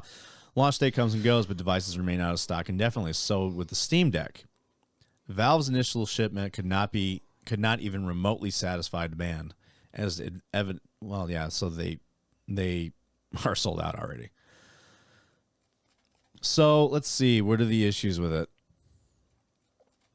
So let's see. This is all about supply issues. Let's see. Why are we not fucking talking about? So I would say in terms of the core battery life, the hours you're getting running on a highly intensive game like God of War, I don't expect things to change drastically there. So it seems like the battery dies fast. And if you're playing like higher performance games like God of War and stuff, your battery's going to die even faster. That's not surprising. No, it's not surprising. Oh, but there was something that Eldridge mentioned. Destiny 2 on Steam Deck. That is just a loud as fuck keyboard. I know. So playing Destiny 2 on your Steam Deck can get you banned. What? And here's why. Why? Yeah, I don't know. We're going to find out. So Bungie clarifies its stance on playing Destiny 2 on the Steam Deck. So following the launch of Valve's Steam Deck, recently Bungie has clarified that Destiny 2 is not supported on the machine, further stating that anyone trying to bypass approved measures for playing the game will be banned. Bungie has since further clarified its position on its latest weekly blog post. So Destiny 2 is not supported for Steam Deck or any system utilizing Steam Play's Proton unless Windows is installed and running. So it uses OS and Android. It doesn't use Windows. So players attempting to bypass Destiny 2 will incompatibly be met with a game ban. So the message goes in. Oh, yeah, we already read that. In the latest Week at Bungie post, the studio further clarified its position around Steam Deck. It explained that maintaining the integrity of Destiny 2's security is part of the reason Steam Deck is not supported. Our goal is to maintain a secure environment for Destiny 2 as it features both PvE and PvP. In a combat evolving dynamic world, maintaining the integrity of our security is a complex and long-term process, Bungie said. In some cases, it means teaming with partners like BattleEye and following their recommendations. In others, it means choosing not to support platforms that can provide bad actors with ways of compromising our own Bungie development anti-cheat security system. Steam Deck is not supported platform, and using the device will trigger our automated security system to see usage as a potential threat to the community.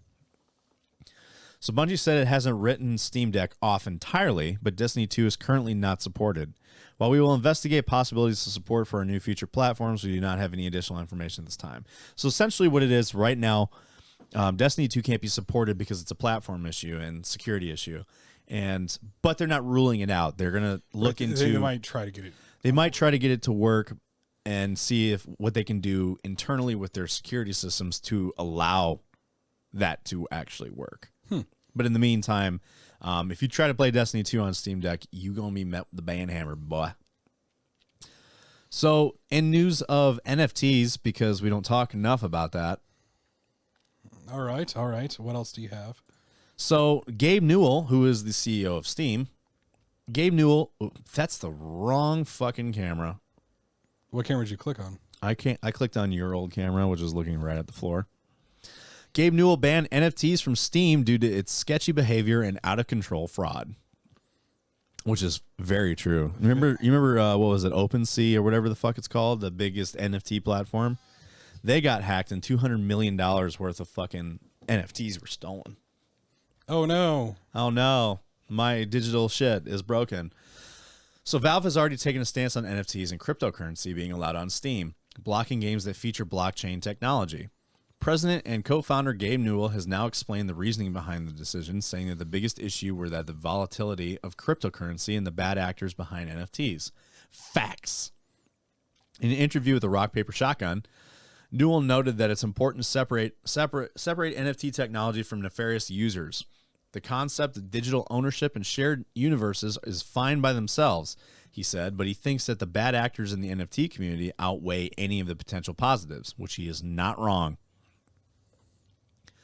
The people in the space, though, tend to be involved in a lot of criminal activity and a lot of sketchy behaviors, he said. So it's much more about the actors than it is about underlying technology. Whereas he's saying basically like the potential for the technology is there, but who's using it is causing the issue. Well, right. Well, it's also too because I know that he before when he talked about it, the fact of the matter is that NFTs weren't made to actually do better for us. NFTs were there to make money and scam it from people To exploit us. Yeah, exactly. And that's why I'm so very proud of Gabe Newell for taking the stance that he did. Me too. So he further explains that these people aren't the kind Valve wants to do business with. To him, the space is filled with people who use NFTs as an opportunity to rip customers off or engage in money laundering. Like Ubisoft. Additionally, when Steam was accepting cryptocurrency as payment for games, the huge volatility that came with it was problematic for users. When it comes to purchasing everyday items, customers don't want the price to fluctuate so much. Like, why did I spend $497 one day to buy a game, and then the next day I spend 47 cents? Because, crypto is dropping and raising every day, throughout the day, 24/7. What's going on here? Volatility is a bad thing in a medium of exchange, he explained. So he also said that a vast majority of crypto transactions on Steam were fraudulent. While fraud isn't something that can be completely eliminated, ideally, fraud cases should only contribute a couple of % of overall transactions. However, to have fraud constitute half of all crypto transactions, he said, that's just out of control. So basically what he's noticed is that over 50% of the people that are using crypto are using it fraudulently. Yeah. And you have like the Bitcoin mining and shit like that, which, by the way, Nvidia got hacked. Really? Yes. Shit. I probably should add that on here too, huh? Yeah, probably. Nvidia got hacked, and basically like the hackers actually also got hacked. And the whole intention of it was they were trying to make it where Nvidia doesn't want the graphics cards to be used to mine crypto. Okay. So there's a whole other thing involved with it, and basically the hackers were like, let us be able to mine more crypto out of your graphics cards, otherwise we're gonna basically, I don't know what the fuck. There's a whole bunch to it. We'll get into it. So he said, as for the concept of digital ownership in the metaverse, Newell brought up Final Fantasy XIV in a separate interview piece of game. Most of the people who are talking about metaverse have absolutely no idea what they're talking about, which he's not wrong about that either. And they've apparently never played an MMO, he explained. They're like, oh, you'll have this customizable avatar. And it's like, well, go into the Lenacier in Final Fantasy XIV and tell me that this isn't a solved problem from a decade ago, not some fabulous thing that you're inventing. So, yeah. It's Gabe Newell's stance on these NFTs. I firmly support that. Yeah, definitely. I also think, too, as well, that I know before it seemed like there was a large amount of people who were... What are you looking at? The Nvidia hacking. Oh. There's a lot of people who are supporting NFTs and, like, getting behind it. But I think we're also seeing a mounting resistance, though, that is just... I mean, you got to think, though, Steam is huge. Just saying, like, hey, we will do nothing with this. That's monstrous. As well as a couple of those other awesome companies that we had talked about previously that were just like, hey, yeah, we're not doing anything with this. So here's the Nvidia hack. There's actually an update from like yesterday. Nice. We're actually on time for the news. So hacker group Lapsus has leaked the credentials of more than 71,000 Nvidia employees after the company did not acquiesce to its demands. The group stole the corporate data during a recent ransomware attack and threatened to release it if Nvidia didn't remove its cryptocurrency mining limiter from its RTX 30 series video cards. Nvidia refuses to do so, and the group has since issued another demand and claims it will release even more data if Nvidia doesn't comply. Earlier this week, Lapsus took credit of the leak of the source code for the DLSS and information about 6 supposed unannounced GPUs. Along with the demands to remove the 30 series mining limiter, the digital ransom note demands that Nvidia make its RTX GPU drivers open source. No. Fuck no. The South American hacker group claimed that to have access to Nvidia servers over a week and managed to steal at least 1 terabyte of data during its ransomware attack. Nvidia confirmed with PC Mag that a threat actor took employee credentials and some Nvidia proprietary information from our systems and has begun leaking it online. Today's leak of employee credentials includes employee email addresses and NTLM password hashes, which according to Have I Been Pooned, already being cracked and circulated within the hacking community. This seems to include past and current employees, since Nvidia listed its current workforce at 18,100 as of October 2020. On Tuesday, Lapsus amended its demands and said Nvidia has until Friday, March 4th to make all current and future GPU drivers open source. If Nvidia doesn't comply, the group threatens to release information regarding silicon chip files and what it referred to as closely guarded trade secrets for graphics and computer chipsets, and a public Telegram message group. And here's their you have until Friday to decide. The choice the hackers are offering Nvidia reads like a note someone like Kite Man or Condiment King would have leave on a mayor of Gotham City's computer screen. At the time of writing, here's their note. After evaluating our position in Nvidia's, we decided to add one more requirement. We request that Nvidia commits to completely open source and distribute under a FOSS license their GPU drivers for Windows, Mac OS, and Linux from now on and forever. If this request is not met on Friday, we will release the complete silicon, graphics, and computer chipset files for all recent Nvidia GPUs, including the RTX 3090 Ti and upcoming revisions. Of course, this includes all files with extensions such as .v, .vx, .vg, and more.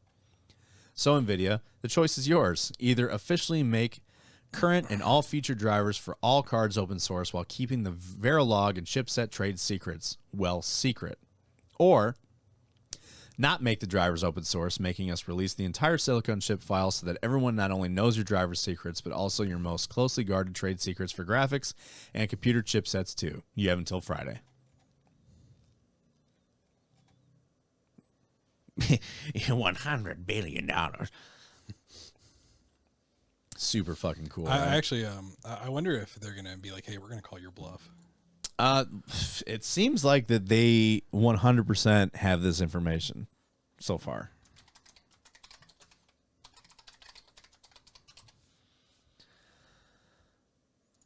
You're gonna love this one. We're gonna save this one for last. So we're gonna talk about Artesian Builds.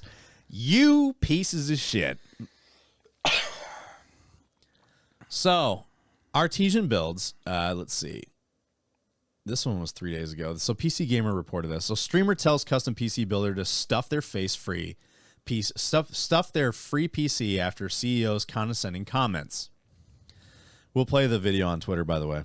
So, Artesian Builds is a PC building live stream which specializes in high-end modified gaming PC builds. After recently announcing small-time affiliate streamer Kia Pia as the winner of a PC giveaway, Artesian Builds CEO Noah Katz seemed to suddenly make a U-turn on the giveaway's criteria and flat-out refused to reward Kia Pia their rightful winnings. Intel, who sponsored the giveaway, has its logo plastered all over the stream and has since stepped in. An official apology has been made by Artesian Builds channel, which we'll read because it's bad. Here's how the whole thing played out. Kia Pia called out the comments in the response thread on her Twitter account. The thread highlights the moments in which she felt hurt and defamed and asked for clarification of the real issue since the giveaway criteria appeared to have been changed on the fly. So the rules say that you need the Artesian panel on your Twitch about, and I do have it. So what's the issue? So let's see more here. And here's the video, by the way.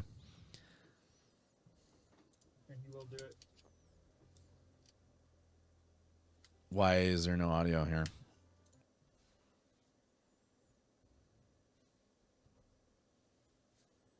Oh, go away. Hang on a second. Why is there no fucking audio? Combined, that's why. Still under 5K, even across multiple socials. Here, I was trying to be generous. I'm gonna rewind this and play it again. So, And you will do it. here, listen.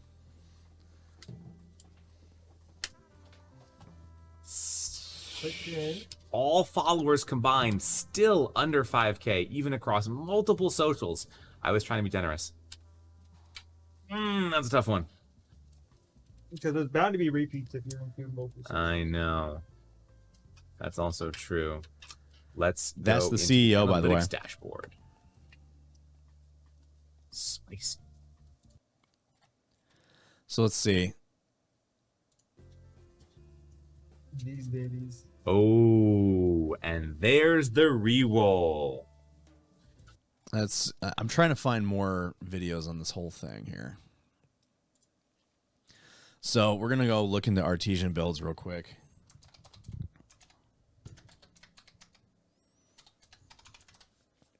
I wanna show you the actual like video.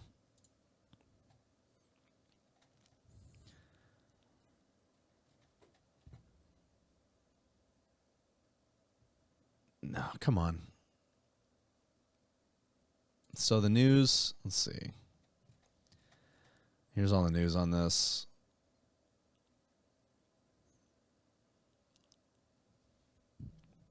They better not have deleted it. Oh, they probably did. No, they couldn't have. It's been saved all over Twitter.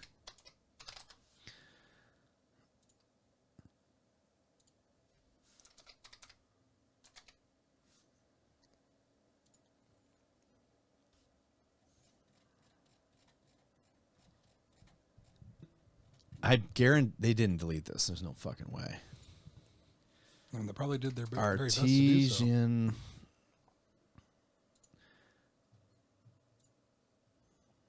Here's the whole They video. didn't even read the name. 2K followers is under my threshold.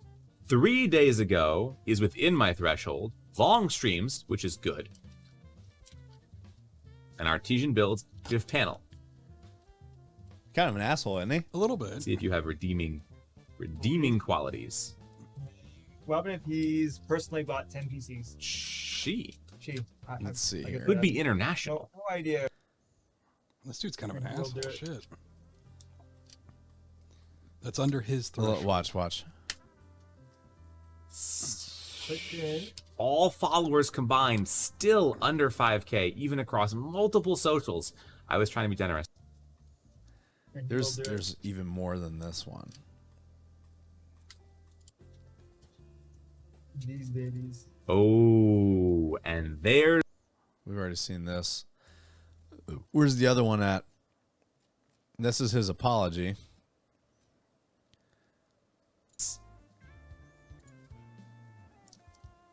yeah, they don't need this. I don't feel bad. Their PC totally slaps. It would be a downgrade. Their PC slaps. Where's all the other ones? Where he was like talking about their followers and stuff. Well, he still was in a lot of those.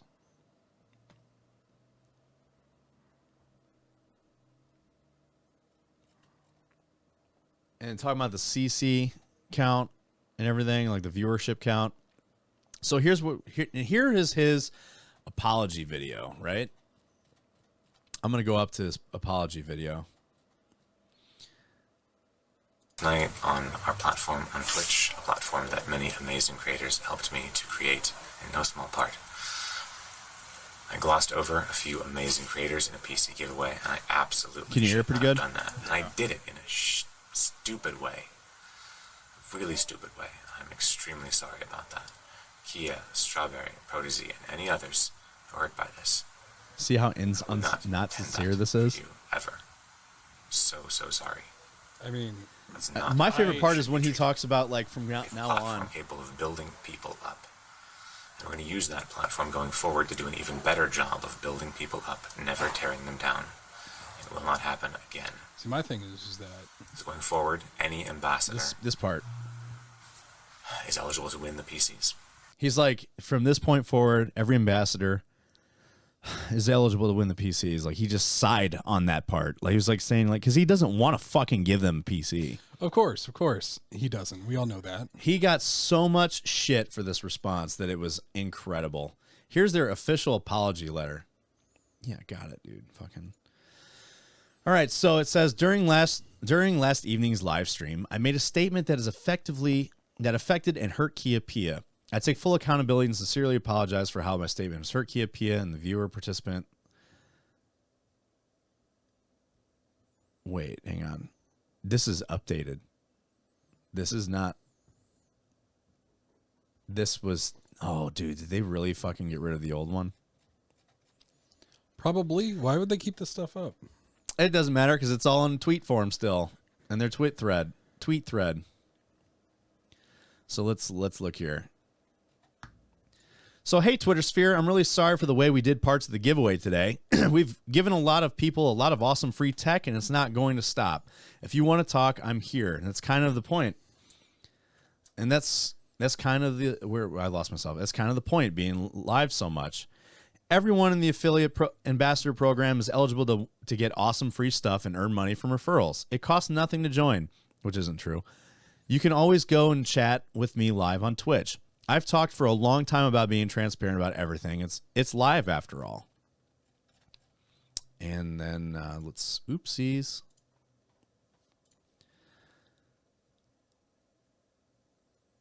Where's the rest of it? There's a third part too. There's a third part of this thread. Where'd it go? Is it really like all the way down here now because of their fucking response being so like shit on? Here it. Where's the option to show the fucking thread?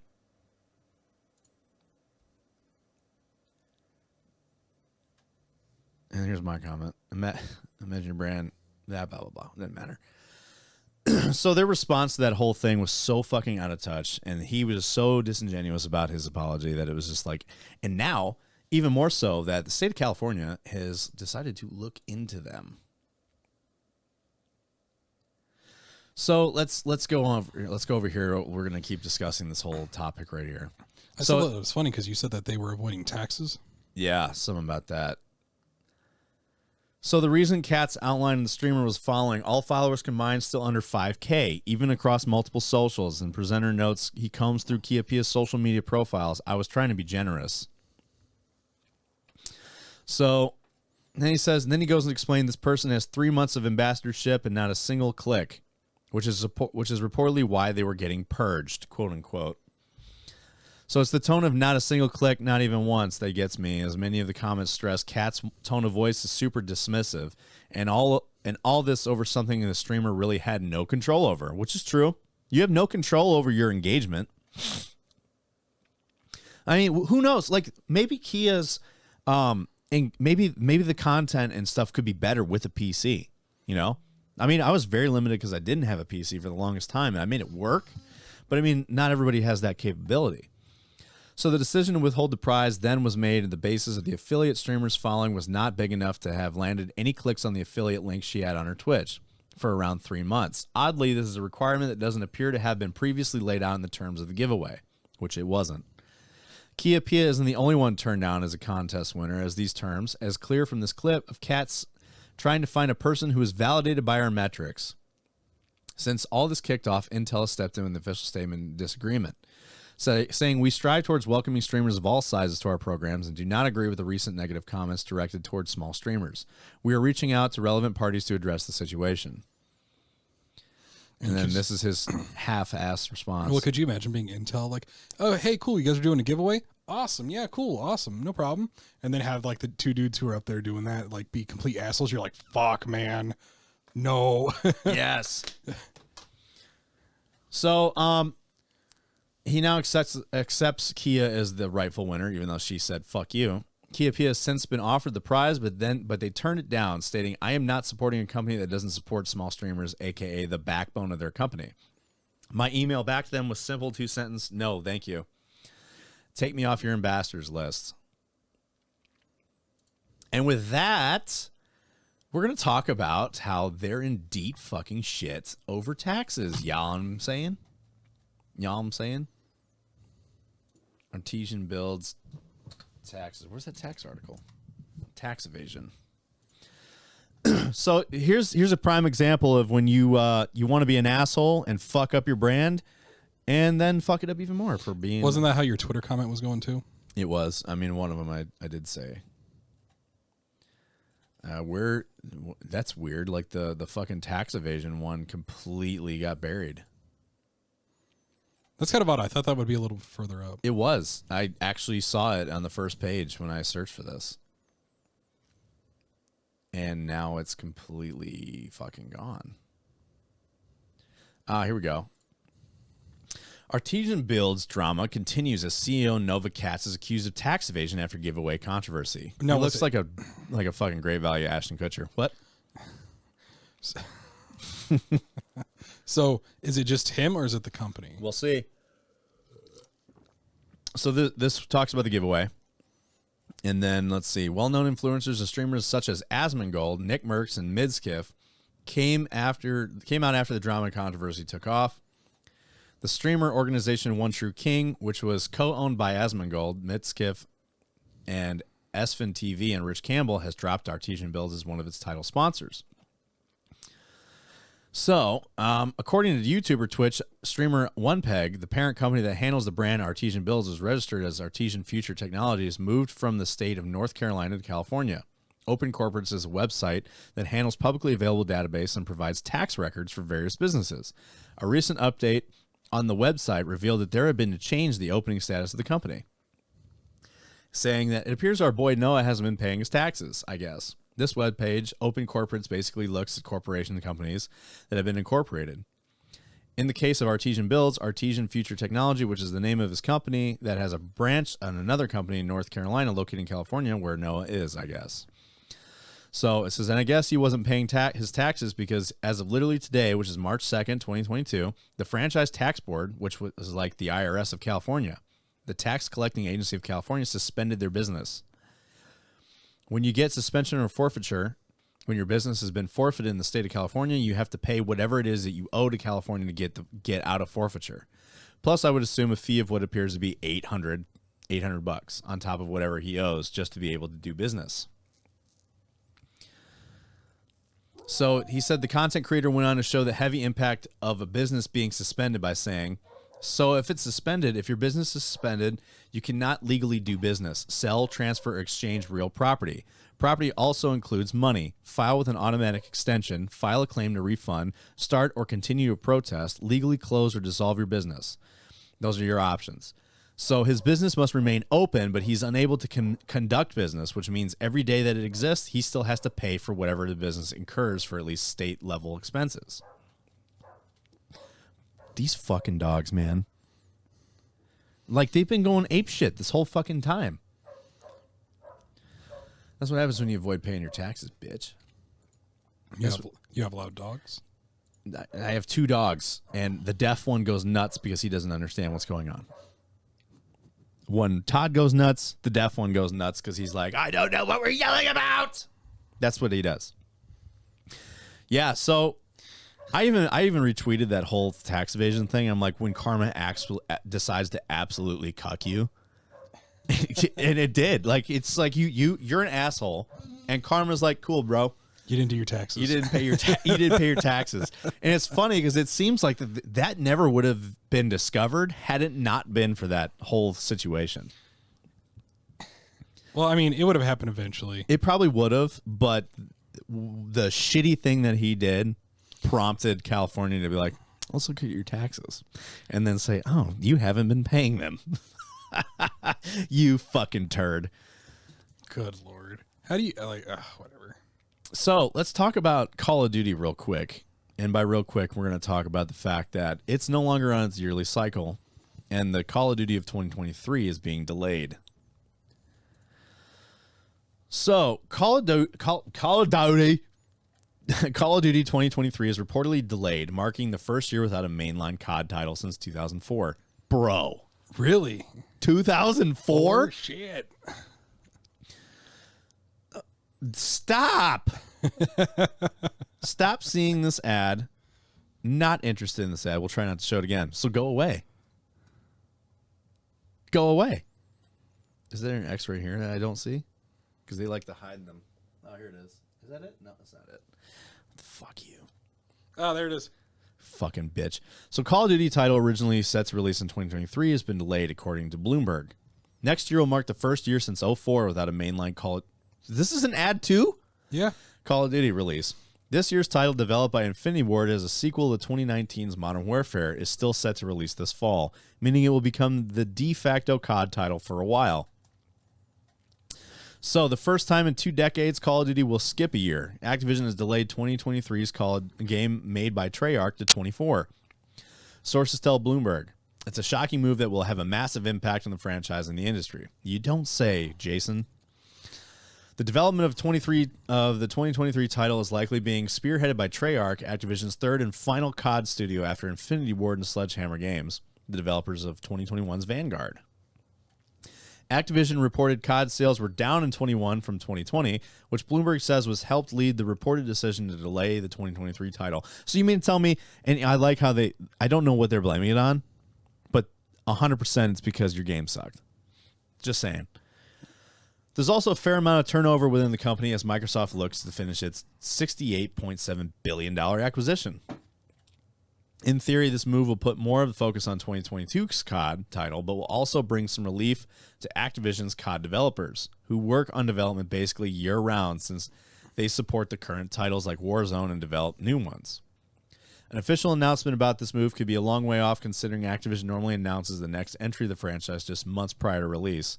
But other COD titles could be development aside from 2023's game. Bloomberg's report mentioned that Activision is working on other projects to fill the gap. Like what? Like what? I'm curious to know. Like what? And this goes on to talk about more Call of Duty shit, which I don't give a fuck about. Now let's talk about the important stuff. Amaranth selling her farts for $1,000. Dexerto, this is fun. Oh, cool. A nice, gigantic ad. What is up with people in these massive ads? It fills up half of the thing. Now, this started, I remember there was a TikToker that was selling her farts, and she was actually changing her diet so that she could fart more and sell more.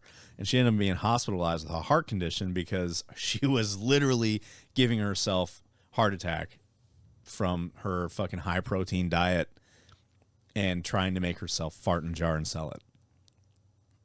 But so hold on. How did she give herself heart problems from a high protein diet? Because she was it was probably a whole bunch of other stuff factored in with it, but she ended up having a heart attack. And she's there's like tons 30. of people who have high protein diets and it's nothing but good for them. So like, But you also got to factor in what do they do, like physically, to require such a high protein intake. If you are just sitting in front of a desk and intaking all that shit so you could fart more, you're probably going to have a bad reaction to that versus like, I need this because I am deadlifting 800 pounds and I'm a power lifter and I'm like 6'3" and I'm fucking Dwayne The Rock Johnson. Well, you don't even need all that stuff to like have a high protein diet and be healthy. No, you don't. But that chick wasn't really doing anything to be healthy aside from eating a bunch of shit so she could fart more. So naturally her body's like, we're not doing anything with this and it's just building up and I'm dying. I guess. Shit. So Amaranth is also on the trend of farting in a jar. Something that I never thought I would probably say. I mean, the bathwater was one thing, but farting in a jar. It's a matter of time before she starts doing porn. I'm telling you. You had fucking Belle Delphine, who was a streamer, and was selling her bathwater and stuff. And then the OnlyFans came out, and then now she gets railed on camera for money. Amaranth is next. I guarantee it. So Twitch streamer Amaranth's new business venture of selling her farts and bathwater for thousands of dollars seems to be paying off as fans are actually buying them. There's no X to close this. There it is. So Amaranth has taken the internet by storm in the past couple of years, dominating Twitch, OnlyFans, and other platforms to build up quite the revenue stream. Her profits have resulted in the 28-year-old buying a gas station, a 7-Eleven, investing millions in stock, and then buying a plastic ball company. Now she's entered the world of selling jarred farts for the unbelievable price of $999. Hey, gas prices are ridiculous these days, and shockingly, she seems to be making a profit off of her cute patooties. Cutie patooties. Holy shit. Fans spend big bucks on Amaranth's farts. Since the announcement of February 28th, fans have been posting their purchase orders, which include shipping costs comes over $1,000 for each bottle. Easiest decision of my life, one said, posting a receipt. I bought a chick's fart. easiest. I can't even get her to fart in front of me, and these dudes are, and she's farting on camera and fucking selling it. I don't understand. I don't either, man. I don't like what the world's turning. This is why we would lose in a fucking war. Like, this is why our enemies look at us like we're weak, because you got these dudes buying $1,000 farts. Had to support my favorite streamer and even my queen Amaranth. She's your queen in your mind. Streamer Marky next door wrote, "Thank God my paycheck hit today. I look forward to supporting your future endeavors and businesses. Consider me a loyal customer." She doesn't. Amaranth herself even replied to this, instructing Marky to DM her the order number to receive something extra special, though it's unclear exactly what that something will be. The Secret Jar by Amaranth. Of course, she's like bent over and it's like sitting on her ass. Alicia is not capitalizing on her capabilities here.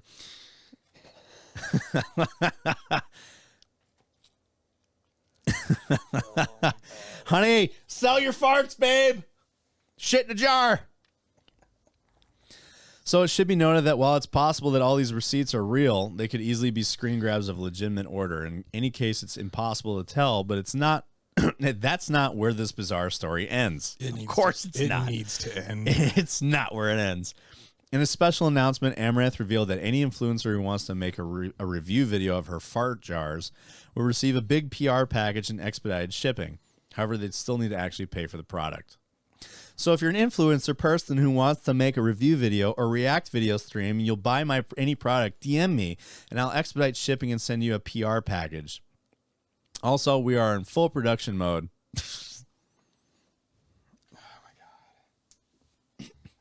I don't understand. I picture somebody sitting in I picture her sitting in her room with a fucking table of jars, and she's just like suffering as she's trying to push out farts. I just don't understand. I don't get it. Like, but production is production is underway apparently.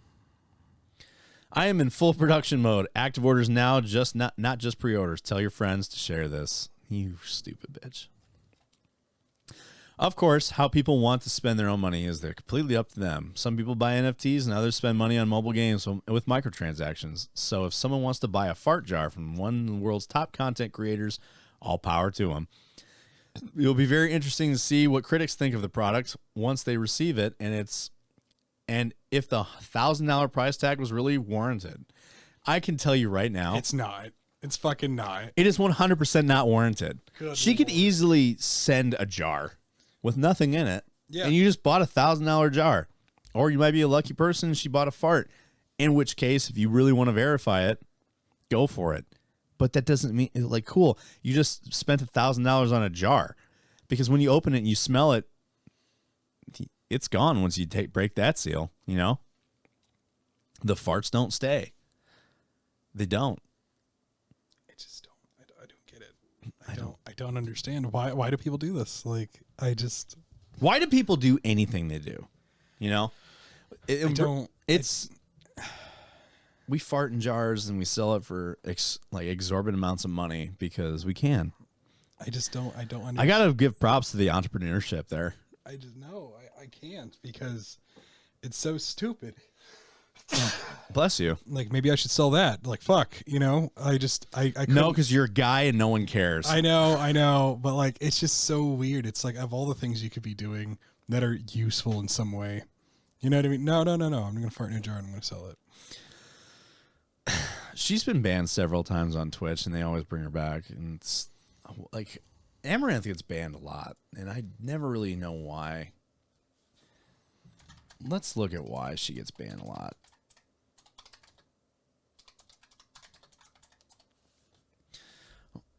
This one's from October. Every time Amaranth has been banned from Twitch, and why? I'm curious to this. Every time Amaranth has been banned from Twitch, and why? And now I know there's one streamer, and I can't remember her name, but she was banned because she straight up bent over and spread her pussy open on camera, and she faced a 2-day ban, so she was back. But I don't know. Twitch has banned Amaranth quite a few different times over the years, with nearly every ban handed down for a broken rule. Seems like not a month can go by without a major content creator getting banned by Twitch, even as most popular streamers are some. Well, let's just get to the point. Looking at. Yeah. So, history of Amaranth's Twitch bans. Amaranth's first ban happened in September of 2019 due to a wardrobe malfunction while sitting on the floor playing with her dog. Amaranth accidentally exposed herself to her viewers multiple times, leading Twitch to ban her. Ironically, the ban earned her hundreds of thousands of new followers, meaning that she returned to Twitch stronger than ever. In contrast, Amaranth lost many thousands of followers after her second ban in March of 2020. Twitch only explained the second ban by citing inappropriate behavior, leading that some to speculate that Twitch banned Amaranth for a recent gym stream. Either because her gym clothes were too suggestive, because they may have filmed other people without consent. So Amaranth's third ban came only 2 months after the second. This ban stands out from the rest from Amaranth's bans because she was arguably tricked into it. Amaranth noticed her user in chat an NSFW profile picture and mistakenly showed the image on her chat briefly. Twitch swiftly picked up on the image and banned her for a few days.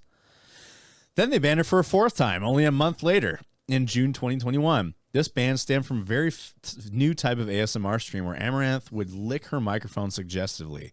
But many smaller streamers still take part in this kind of content, which we've discussed. Talked about. The streamer was able to stay out of the hot seat for a few months, but in October, Amaranth came in conflict with Twitch once again. She claims she doesn't know why they banned her for the fifth time, but she seemed to be in good spirits about it, making sarcastic jokes about how a 3-day ban will impact her income as one of Twitch's most lucrative streamers. Do you think she's hot? I mean, she can be considered conventionally attractive, but it's just she looks weird. She looks like she was built, created, doesn't it? She looks like she was drafted and like drawn. She was drafted. Like someone drew her up and then modeled her. Now, her face looks oddly weird, though. She's got like a very young-ish face when you look at it. I mean, I don't know. She almost doesn't seem like a real person. No, she also looks weird, though. I don't know what it is. Her head looks too big for her shoulders. She could be slouching, though, right there. I mean, still.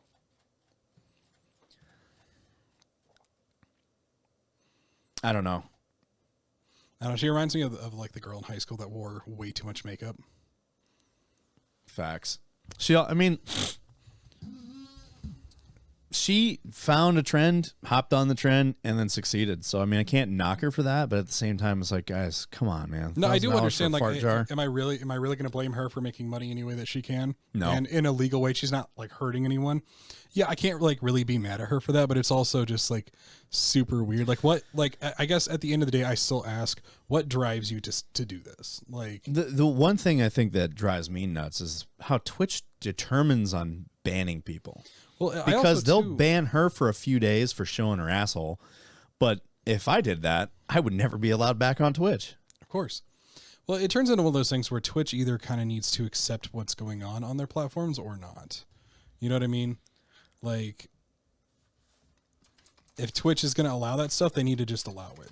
You know what I mean? Who was this streamer that did this? Girl streamer shows her vagina on stream, gets 3-day ban. Yeah, this is December of 2020. Misbehaving, that was her name. And that's what it was.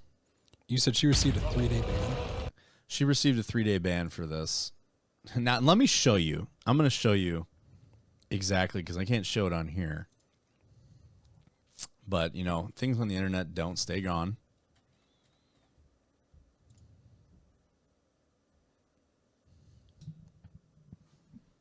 Let's see. Where did I find this video? Now I'm gonna and then she claimed this was an accident. By the way, she claimed this was just an accident. I didn't know that I was still recording. And here's me being here's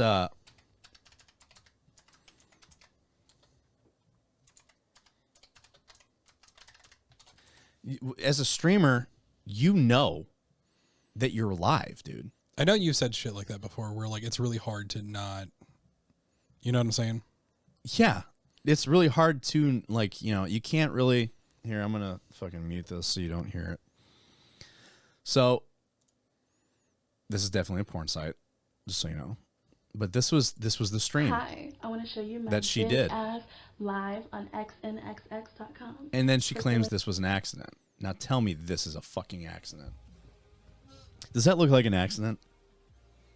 Does this look like an accident at all? Oh yeah, I mean, of course, she's totally unaware. She's completely unaware that she's streaming. In fact, like when I actually found the stream video, like her comments were like, "What are you doing?" And then look right here. You can see all of her monitors. She's got several monitors, so she knows that there's an active chat. You know what I'm saying? Yeah. And then look, she just keeps going. And then she's like, it's like I didn't know that I was live. You knew you were live. And then you only get a 3-day ban for this shit. Well, of course. I mean, they're not gonna, punish people for that, because as much as they want to say that they don't want it to happen right there. Right. The issue is it brings in more followers no watch. matter what. Watch. It's like, but you know you're doing it. She can see herself doing this. No, I don't understand what like Twitch just needs to come to terms with what's going on their website. Like, it's one of those weird things where it's like, can you really sit there and pretend that you don't? You know what I mean? Right. It's like people joked about when what was it? There was here's the one right here. Oh, what does it actually show her fucking yes. her like chat on the side, like, hey, what the fuck's going on? I don't know if this is the one that shows the chat, but this is definitely the one that like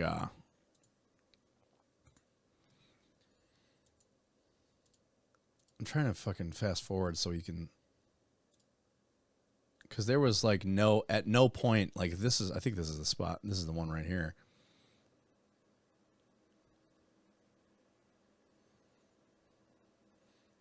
So she's gonna dance for the camera and just pretend. Right there.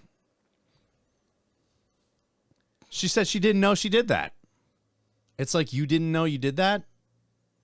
It's pretty obvious. It's pretty obvious. And Like, you got it's your monitors in front of you. You could see this. Blatant shit. Like, you can see it. You could see yourself doing it. And then all your monitors are there. You could see your chat going off. Yeah, of course. But like, again, it's Twitch. It's Twitch's really weird policy of, sure, they don't want anything like that on their website, but the more of it that's on their website, the better for business. Right. Like, it's one of those weird things. And the fact that she only got a 3-day ban for that. Well, it's weird because it kind of makes you just it makes me ask, like, why doesn't Twitch just allow shit like that? Like, you could, like, I would literally just split it into categories. Like, because I know there probably isn't a way to separate the younger viewership. There really is. Listen, I mean, if a PlayStation, if your computers, if other shit is able to have quote parental controls in there, just make a sorting algorithm. But it can be circumvented. I mean, yeah, I guess, but like at that point, are you even going to try to circumvent it? Like, as creators, horny little boys will find a way. Yes, and I understand that, but if your little boy is going to go to Twitch to look up porn, like, I mean, your little boy is going to go on a computer to look up porn anyway. Like, you're not protecting anyone. Sure. Put a little parental thing on there to where, if you have fucking kids, you can make it to where they only get to watch things about video games, I guess. But like, your business would go up so much more. There wouldn't be a lot of controversy. And again, it's kind of one of those things. Stop trying to hide sex from your kids, because when your kids become like, sure, like shelter, they explore shelter, more. shelter it from the kids who obviously aren't old enough for shit like that. But like, when your kid starts wanting to look at women, your kid's going to go look at women in some capacity anyway. There's no way, especially nowadays, there's no way around it. There is no way to stop that. No. You know what I mean? Like, there's no way to keep them from looking online at shit, and considering that at this point in time, especially, like, oh, well, I don't want them to do it without me knowing. I was like, they're going to do it without you knowing anyway. Facts. Because especially nowadays, kids know more about computers than I'm going to, like, my kids, when I have kids, they're going to know more about computers than I'm going to fucking know. Am I going to be able to circumvent that somehow? Like, no, you're not. Like, not at all. It just turns into one of those things to where it's like, oh, well, we don't want them to look at that kind of stuff. It's like, well, then have fun, because they're going to look at that kind of stuff. Because you never will. Like, you can never stop something like that, ever. Well, anyway, that was all I had for this today. Okay. So, A little different, better than our mythology rant that happened. Dude, like last one. We got so deep into that. We really did. We in fact we spent a whole hour bullshitting. We forgot we didn't forgot there was an episode. Yeah, we forgot that we still had shit to talk about. And we ended up doing like deep dives on stuff and not talking about any of the topics for like the first hour or so. That's what I'm here for. I know, but the viewers are like, what the fuck is this? Where's this going? And I realized I didn't actually mute any of it, what I just fucking showed you. I didn't hit the mute button. I mean, you can't see it, but you can definitely hear it. I only muted it for myself. I turned the monitor off. Nice. I know. Good job, Brock. Anyway, so thanks for hanging out with me again. I still got to get with Doc about doing this digital shit. Yeah, I know. I wish I could be of help to that, but I am horrible with like. Don't worry, I can take care of the digital stuff. My biggest thing is I'm not sure if I can run my camera on Discord and OBS at the same time, because it's pretty restrictive about like letting you like hit multiple run your camera on multiple programs. I don't know. It's like it's being occupied by another one, so I don't know. Yeah, I'm not sure what I can do. Okay. Audio, for sure I can. Video, probably not. We'll figure it out. That's the whole point of the test. That's why I wanted to do it. So anyway, guys, hope you guys enjoyed this. Have a good rest of your week. I'm going to try to post this Monday. All right. Get it done earlier. So, because I owe you all a lot. I really do. Touching. Anyway, have a good rest of your week. I'm going to go eat because I haven't eaten yet. And love y'all. Appreciate y'all. Good night, guys. See y'all later. Glory, glory.